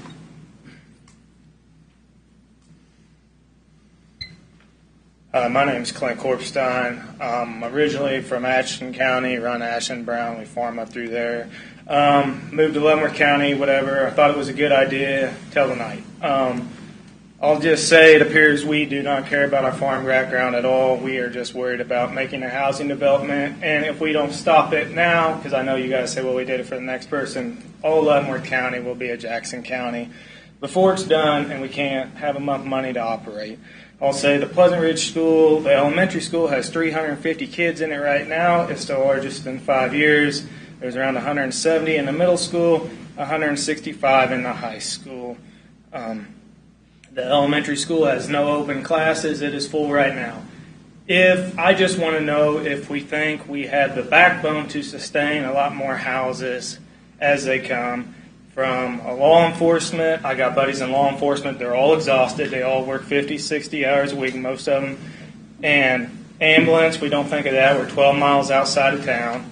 And our taxes will eventually, what will happen is they'll want a new school. They'll use eminent domain to force somebody out and build a new school, a.k.a. that's what happened on the elementary school. So I just want to know, are we ready to go down that road? Because this is what it leads up to as it comes. We do raise cattle. We live on the south side. I know there'll be a lot of problems there, but I'm very close with KLA and KDHD, so we're covered there. And it will take them to get out some problems. So I just want to know if you think we're going to get enough taxes off of this to support it in the long run. That's all I have to say. I'm not going to say anything more than that. So, thank you. Thanks, sir. Appreciate it.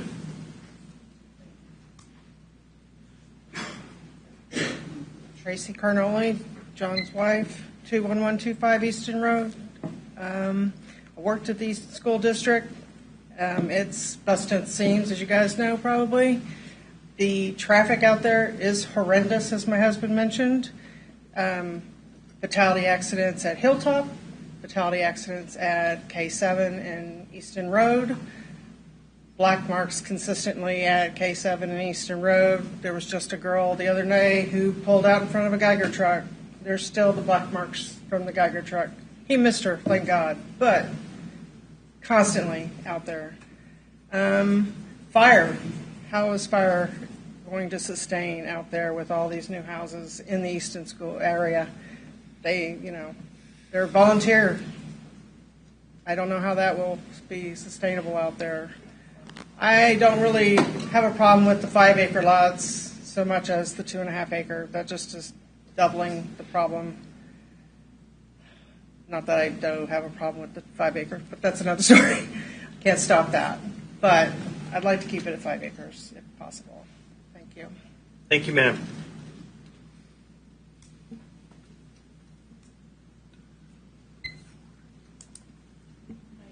Rhonda Vosmer, 21059 Eastern Road. I'm that little tiny notch up there cut at the top left corner. That's me. As far as infrastructure out there, it's terrible. The roads are not going to be able to handle any kind of future development out there. The sewage, the water, we have no water pressure. Going out to get my mail on those hill crests is like dodging bullets, literally. You have to listen for the traffic. You can't watch for it. You have to actually listen. The schools, as everybody else has mentioned, are busting at the seams. They can't handle that. So they promised me that they're not going to develop it. I talked to them myself. They're not going to turn into housing developments and all that. And I appreciate the promise, but it looks better on paper, honestly. Thank you, ma'am.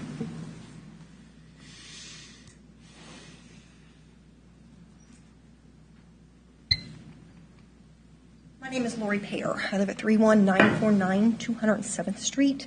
My north property line is their south property line, the whole stretch. My husband's family actually homesteaded that place before Kansas was a state. There is a natural spring that during the Dust Bowl, people actually came from miles around to use. It will be contaminated. I will have runoff. There is no way that 207th Street will be able to support more houses. There is no curbs. There is no pull-offs. It is a straight ditch. We are directly south of the high school. You add more high school students in there, you're going to have more accidents. I've actually had light land in my property because teenagers, they don't think. So we're adding anywhere from 16 houses at 5 acres to 32 houses at 2.5. The school can't handle it. The fire and ambulance can't handle it. I do not oppose them going 5 acres. I get it. It's their land. I appreciate that. But saying that you are going to not develop it in your lifespan, my husband died at age 48. So his lifespan may not be as long as we think.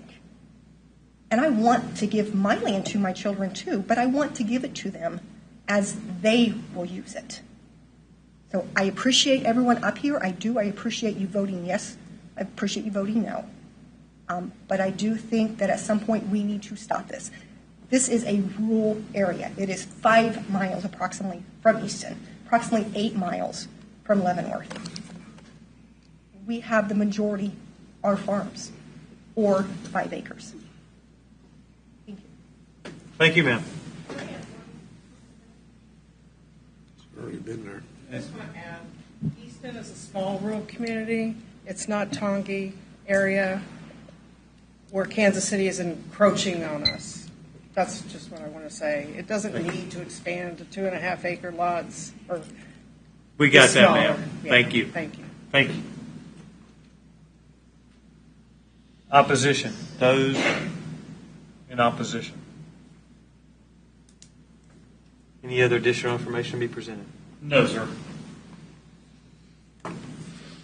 Public comment portion of this hearing is now closed. Kansas law allows for a petition protesting the decision of this planning commission tonight to be filed.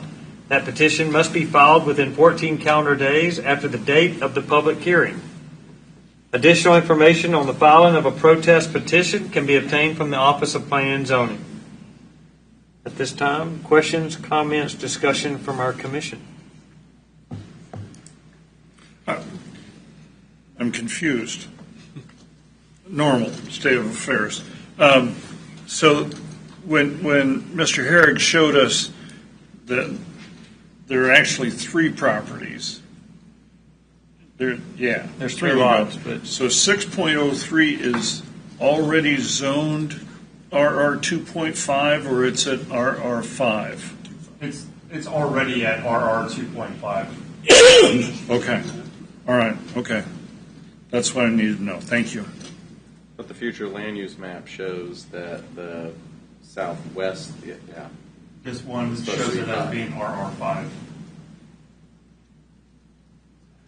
So it's the same ownership as it was briefed. Top one, south one, and the southeast. The same owner owns this one, this south one, and then the one Right there. Right. Yep. And that one where you got the arrow right there has already been zoned RR 2.5. That is correct, yes. Okay. Okay. And the future land use map says it's residential RR 2.5. Correct. Except for immediately to the, basically that one right there.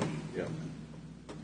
Must have been the way the terrain rolled or something, the way that's. Well, I think they tried to figure footage off Off the each road. Right. Yeah. And that's not uncommon in future land use plans. They Yeah. don't take account into tracks. They take account. They look at footages away from the. Yeah. Yeah. Yeah. On the top property, is that the boundaries of the properties as it exists, or in the previous one you had a number 1 outside on that corner?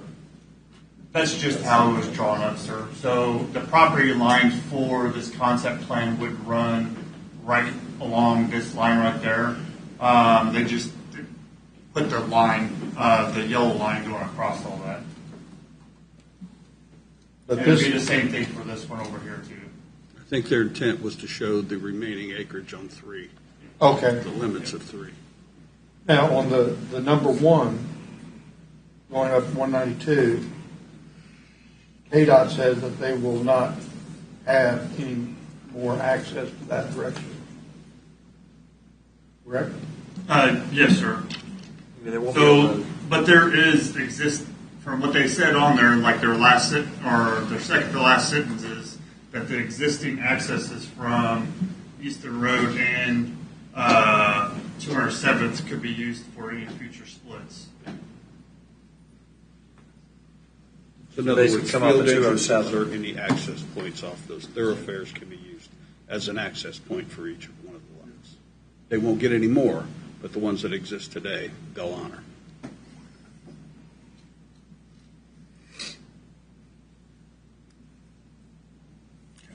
Well, this is a rezone request. It's not a plot or a plat or anything like that. And we've already approved some of it already to an R 2.5. I guess we did that earlier. I don't remember doing that, but I guess we did. Okay. Questions, comments, discussion? I'll entertain a motion on this request.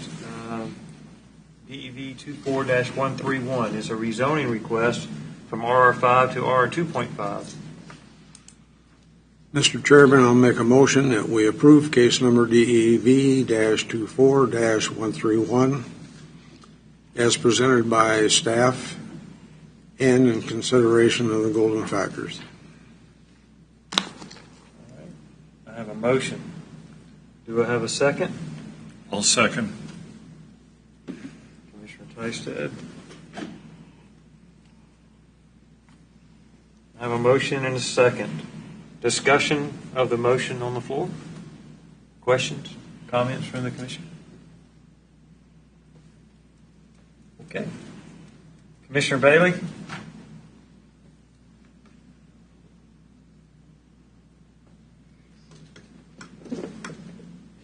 I'm going to remain consistent. I'll vote no for character of the neighborhood and surrounding size of surrounding properties. Factor number 2 as well. Number 1 and number 2? And also in consideration of our future land use map.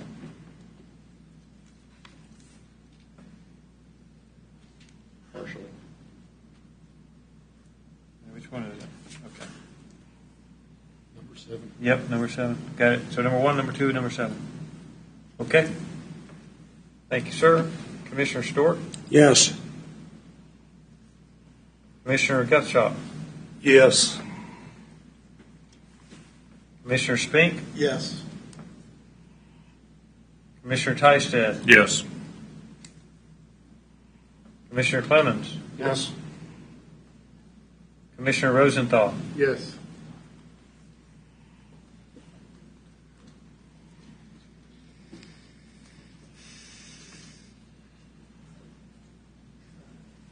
Okay. The motion is carried by a vote of 6-1. The Board of County Commissioners will consider this item no earlier than December the 4th, 2024, in that meeting. The commission agenda is posted on the Leavenworth County website and is available for public viewing.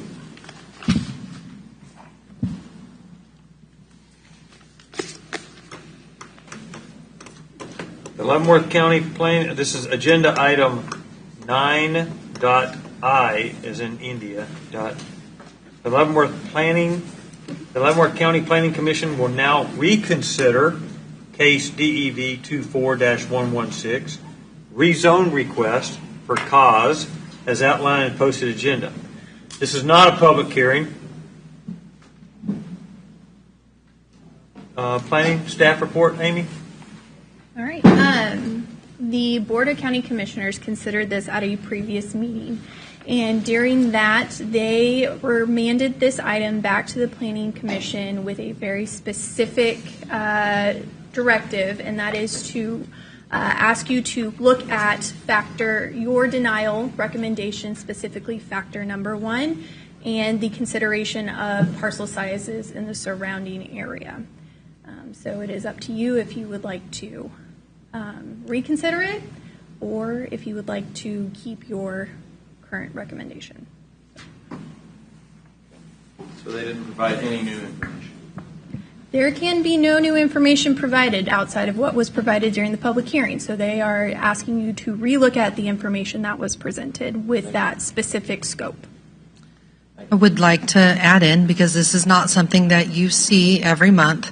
State statute governs the process when an item is remanded back to the Planning Commission, and state statute provides that when the commission remands it back, they need to provide some statement, which they have done, as to what they would like the Planning Commission to do. In this instance, like Amy said, they have asked for clarification and more information regarding the finding that this parcel or this rezone did not meet the character of the neighborhood, specifically because there was other parcels nearby that were of a smaller acreage. So at this point, the Planning Commission would consider the request. As Amy mentioned, you can provide the clarity and send back the same recommendation to the full commission to deny based on the character of the neighborhood. You could also, after discussion, change your recommendation to go back to the full commission. Do we have to make a vote on it? Yes. That we voted on one way or the other? Yes, you would have a revote and no action by this body. If there could never be, it's not a recommended course, but if no action was taken at all, then it would be considered that you had resubmitted the same recommendation. Well, that's what I thought. If we don't do any action at all, we're submitting it the same way as it was before. That's correct. But you also wouldn't be given that opportunity to provide the clarity on why you voted in regards to the character of the neighborhood. You only want us to consider building factor one? Yes, we went back and watched. There was two motions. The first one that failed, there was different provisions. There was two factors that were noted. But on the motion that actually went forward, it was being denied because of golden factor one, specifically the character of the neighborhood. And we wrote down the verbatim request that the commission asked for clarification on. Okay. Well, it puts us in a bit of a bind because we just denied another one that's a neighbor of this, exactly the same thing. So Could you clarify? Do we make another motion and vote again on I it? clarified the first time, but I'll clarify this one and the fact that, like I said, less than 15% of the properties within a surrounding area fit the proposed rezoning category. So that's the objective criteria of what would fit my opposition through citing factor number one. We don't have all the same members here that we're missing some. Who was present last time? Mr. Owens, Commissioner Owens. Stephen was here. Yeah. Stephen Roberts. So we had every member here. So we That's had correct. two of them that probably voted for or against. We don't know. I think the final count was 6-3. Right. Right. So no new information will be presented tonight. We are to provide clarification to our justification of character of the neighborhood. That's what we're being asked. Okay. I think Commissioner Bailey's comment should stand. I mean, he's done the objective analysis that said, that the character of the neighborhood is such that our reasoning was factor one. Factor one is the character of the neighborhood. Right. But what's the neighborhood? His neighborhood is he looked out within a 15% circle there. Yeah. I was trying to provide some sort of objective criteria. Well, and I think for a subjective matter. I think in the early, correct, but in the earlier discussion this evening, you made a very cogent argument, and so I think the same argument stands in this one, and should be clarification sufficient for the board. And that was of record, right, at the first that they heard? I guess I need a little more clarification. Are you saying the 15%? or Me? for? I didn't say 15% first time. I did that analysis before this meeting. Okay, it wasn't last time. Last time I talked about being 2 miles away, that most of the surrounding property, I said most of the surrounding properties are of a higher zoning category. So Okay. you didn't know the percentage of that. Right. And again, you increase your radius, that percentage might change. So I understand it's a subjective criteria, but Right. I'm trying to give some sort of objective measure. What did the staff, you recommended that we pass it. And you looked at the golden factors. What did you use to? Staff can't weigh in on this particular item. It's a specific. I'm asking you about from last month. I understand, and they laid that out in the staff report. But specifically, why it was remitted to this body was for more information, which I believe Commissioner Bailey has made, and if it is the body's intent to follow that particular additional information, then I think you've completed the task that they've sent back to you, unless you intend to reconsider that motion altogether. So just laying those things out, you either take no action, you change your recommendation, or you provide the additional criteria, which you've done. So do we need a vote to approve the justification of what Commissioner Baden's? I'll leave that to Misty to give to you. I would prefer one just so that it's an action of the entire body. Hang a minute, I can't hear you. What'd you say? I would prefer one just because it's an action of the entire body. Right. But I will leave that to Misty to give you a legal opinion on. Yes, ma'am. I would also prefer a vote on this so that we understand that it's the majority of the planning commissioners here today, that is the justification for the denial of last month. Now, I understand not everybody is here today, but there may not be a majority of you that wish to present the same recommendation. So a motion that clarifies that would be helpful. So we're just. Was the first motion to deny that we voted on, or to approve, and then it was voted against? The motion was to approve, and it was voted against. And most people voted against it, to deny it. Okay. So we should go back and make another motion to approve and then take a vote? And then give a reason? No, that's not what you're that's one of the considering three. right now. You got 3 different options. That's an option. You can do whatever you want to. You can make a motion to approve it, you can make a motion to deny it, or we can do nothing. It's 9 o'clock, let's do something. So the comment on the floor was to, if the point is if we want to disapprove it as you've done before, the justification answering that, if we so vote and approve, is in the motion, that you go with what Commissioner Bailey has indicated as the rationale justification of why you said the factor number 1, which is character of the neighborhood. That's all I'm asking that you include in the motion of denial or the motion of approval. Well, not the motion of denial. Really, is what it is.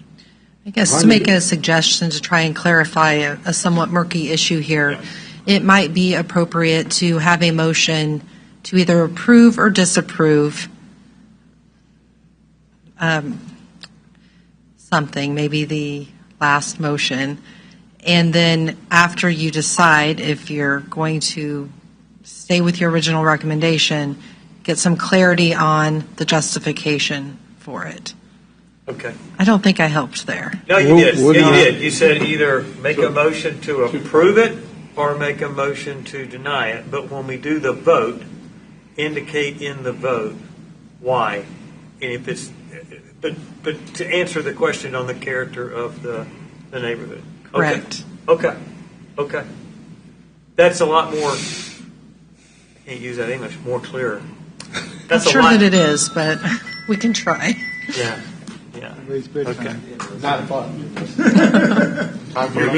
You blew that a while back, Commissioner Clemens, because I said 90 minutes, not 180 minutes plus. I'll move that we approve case number DEV 24-116 based on staff recommendations and the golden factors. Okay, so I have a motion on the table to approve what we had previously disapproved, which is approve That's what I said. We need a new motion to do this. Okay, all right. Yeah, That's fine. Yeah. I'll second it. Okay, so I have a motion and a second. Now, let me capture these. Hang on a minute.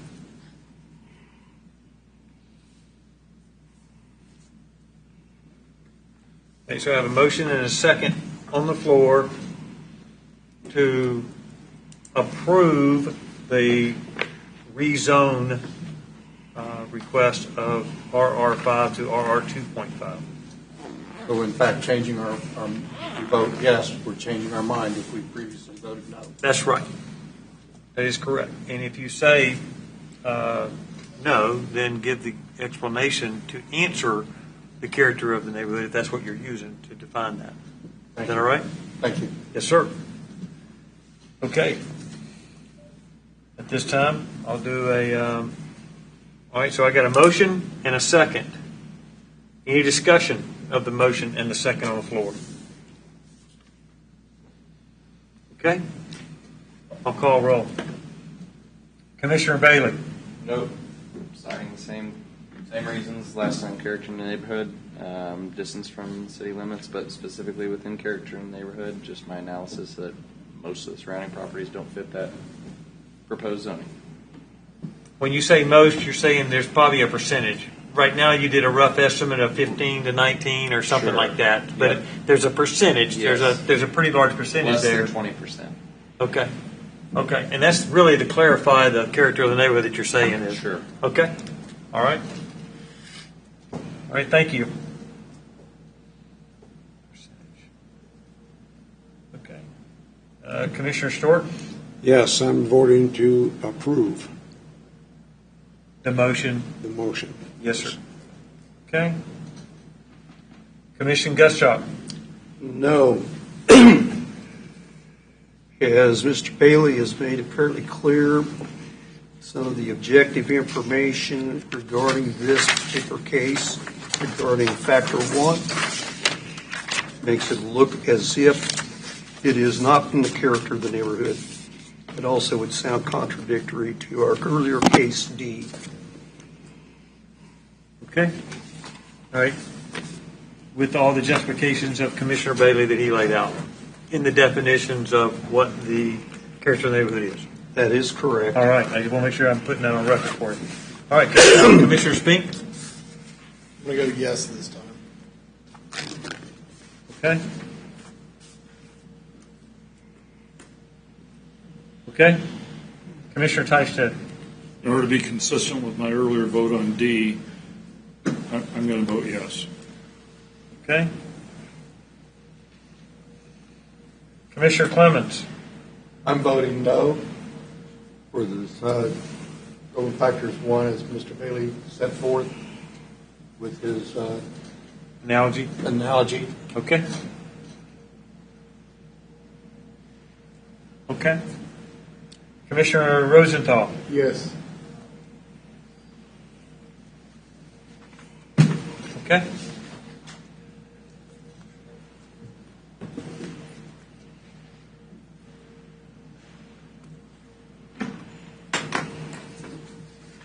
Okay, so the motion is carried for the original rezone request of RR5 to RR 2.5. But we also, at the same time, we gave more clarification in the definition of what character of the neighborhood was. So I think we answered the commissioners both by looking at the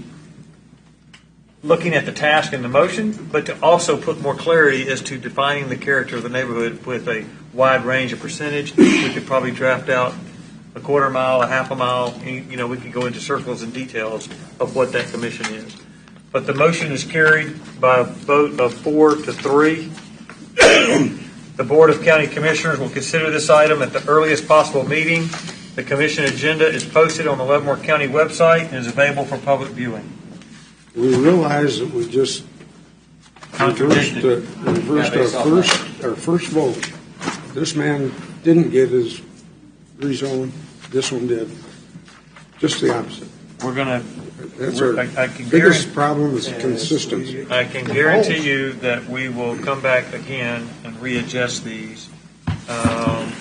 My recommendation is that we have a work study meeting here pretty quickly. You can call it work study, you can call it a meeting with the county commissioners, call it whatever. But I do think we need to come together and meet with them again, because. Why don't we wait until the new ones are in? Yeah. We got 2 new ones coming in. You typically will do that around the first quarter. Oh, that's right, because we're going to meet with them in January anyway. Yeah. Okay. When do they Well- take office? The 9th of January? Adjourn? Yeah, I recommend do I have a motion for adjournment and a second? So moved. So moved, and I have a second. All in favor say aye. Aye. Those opposed? Meeting adjourned.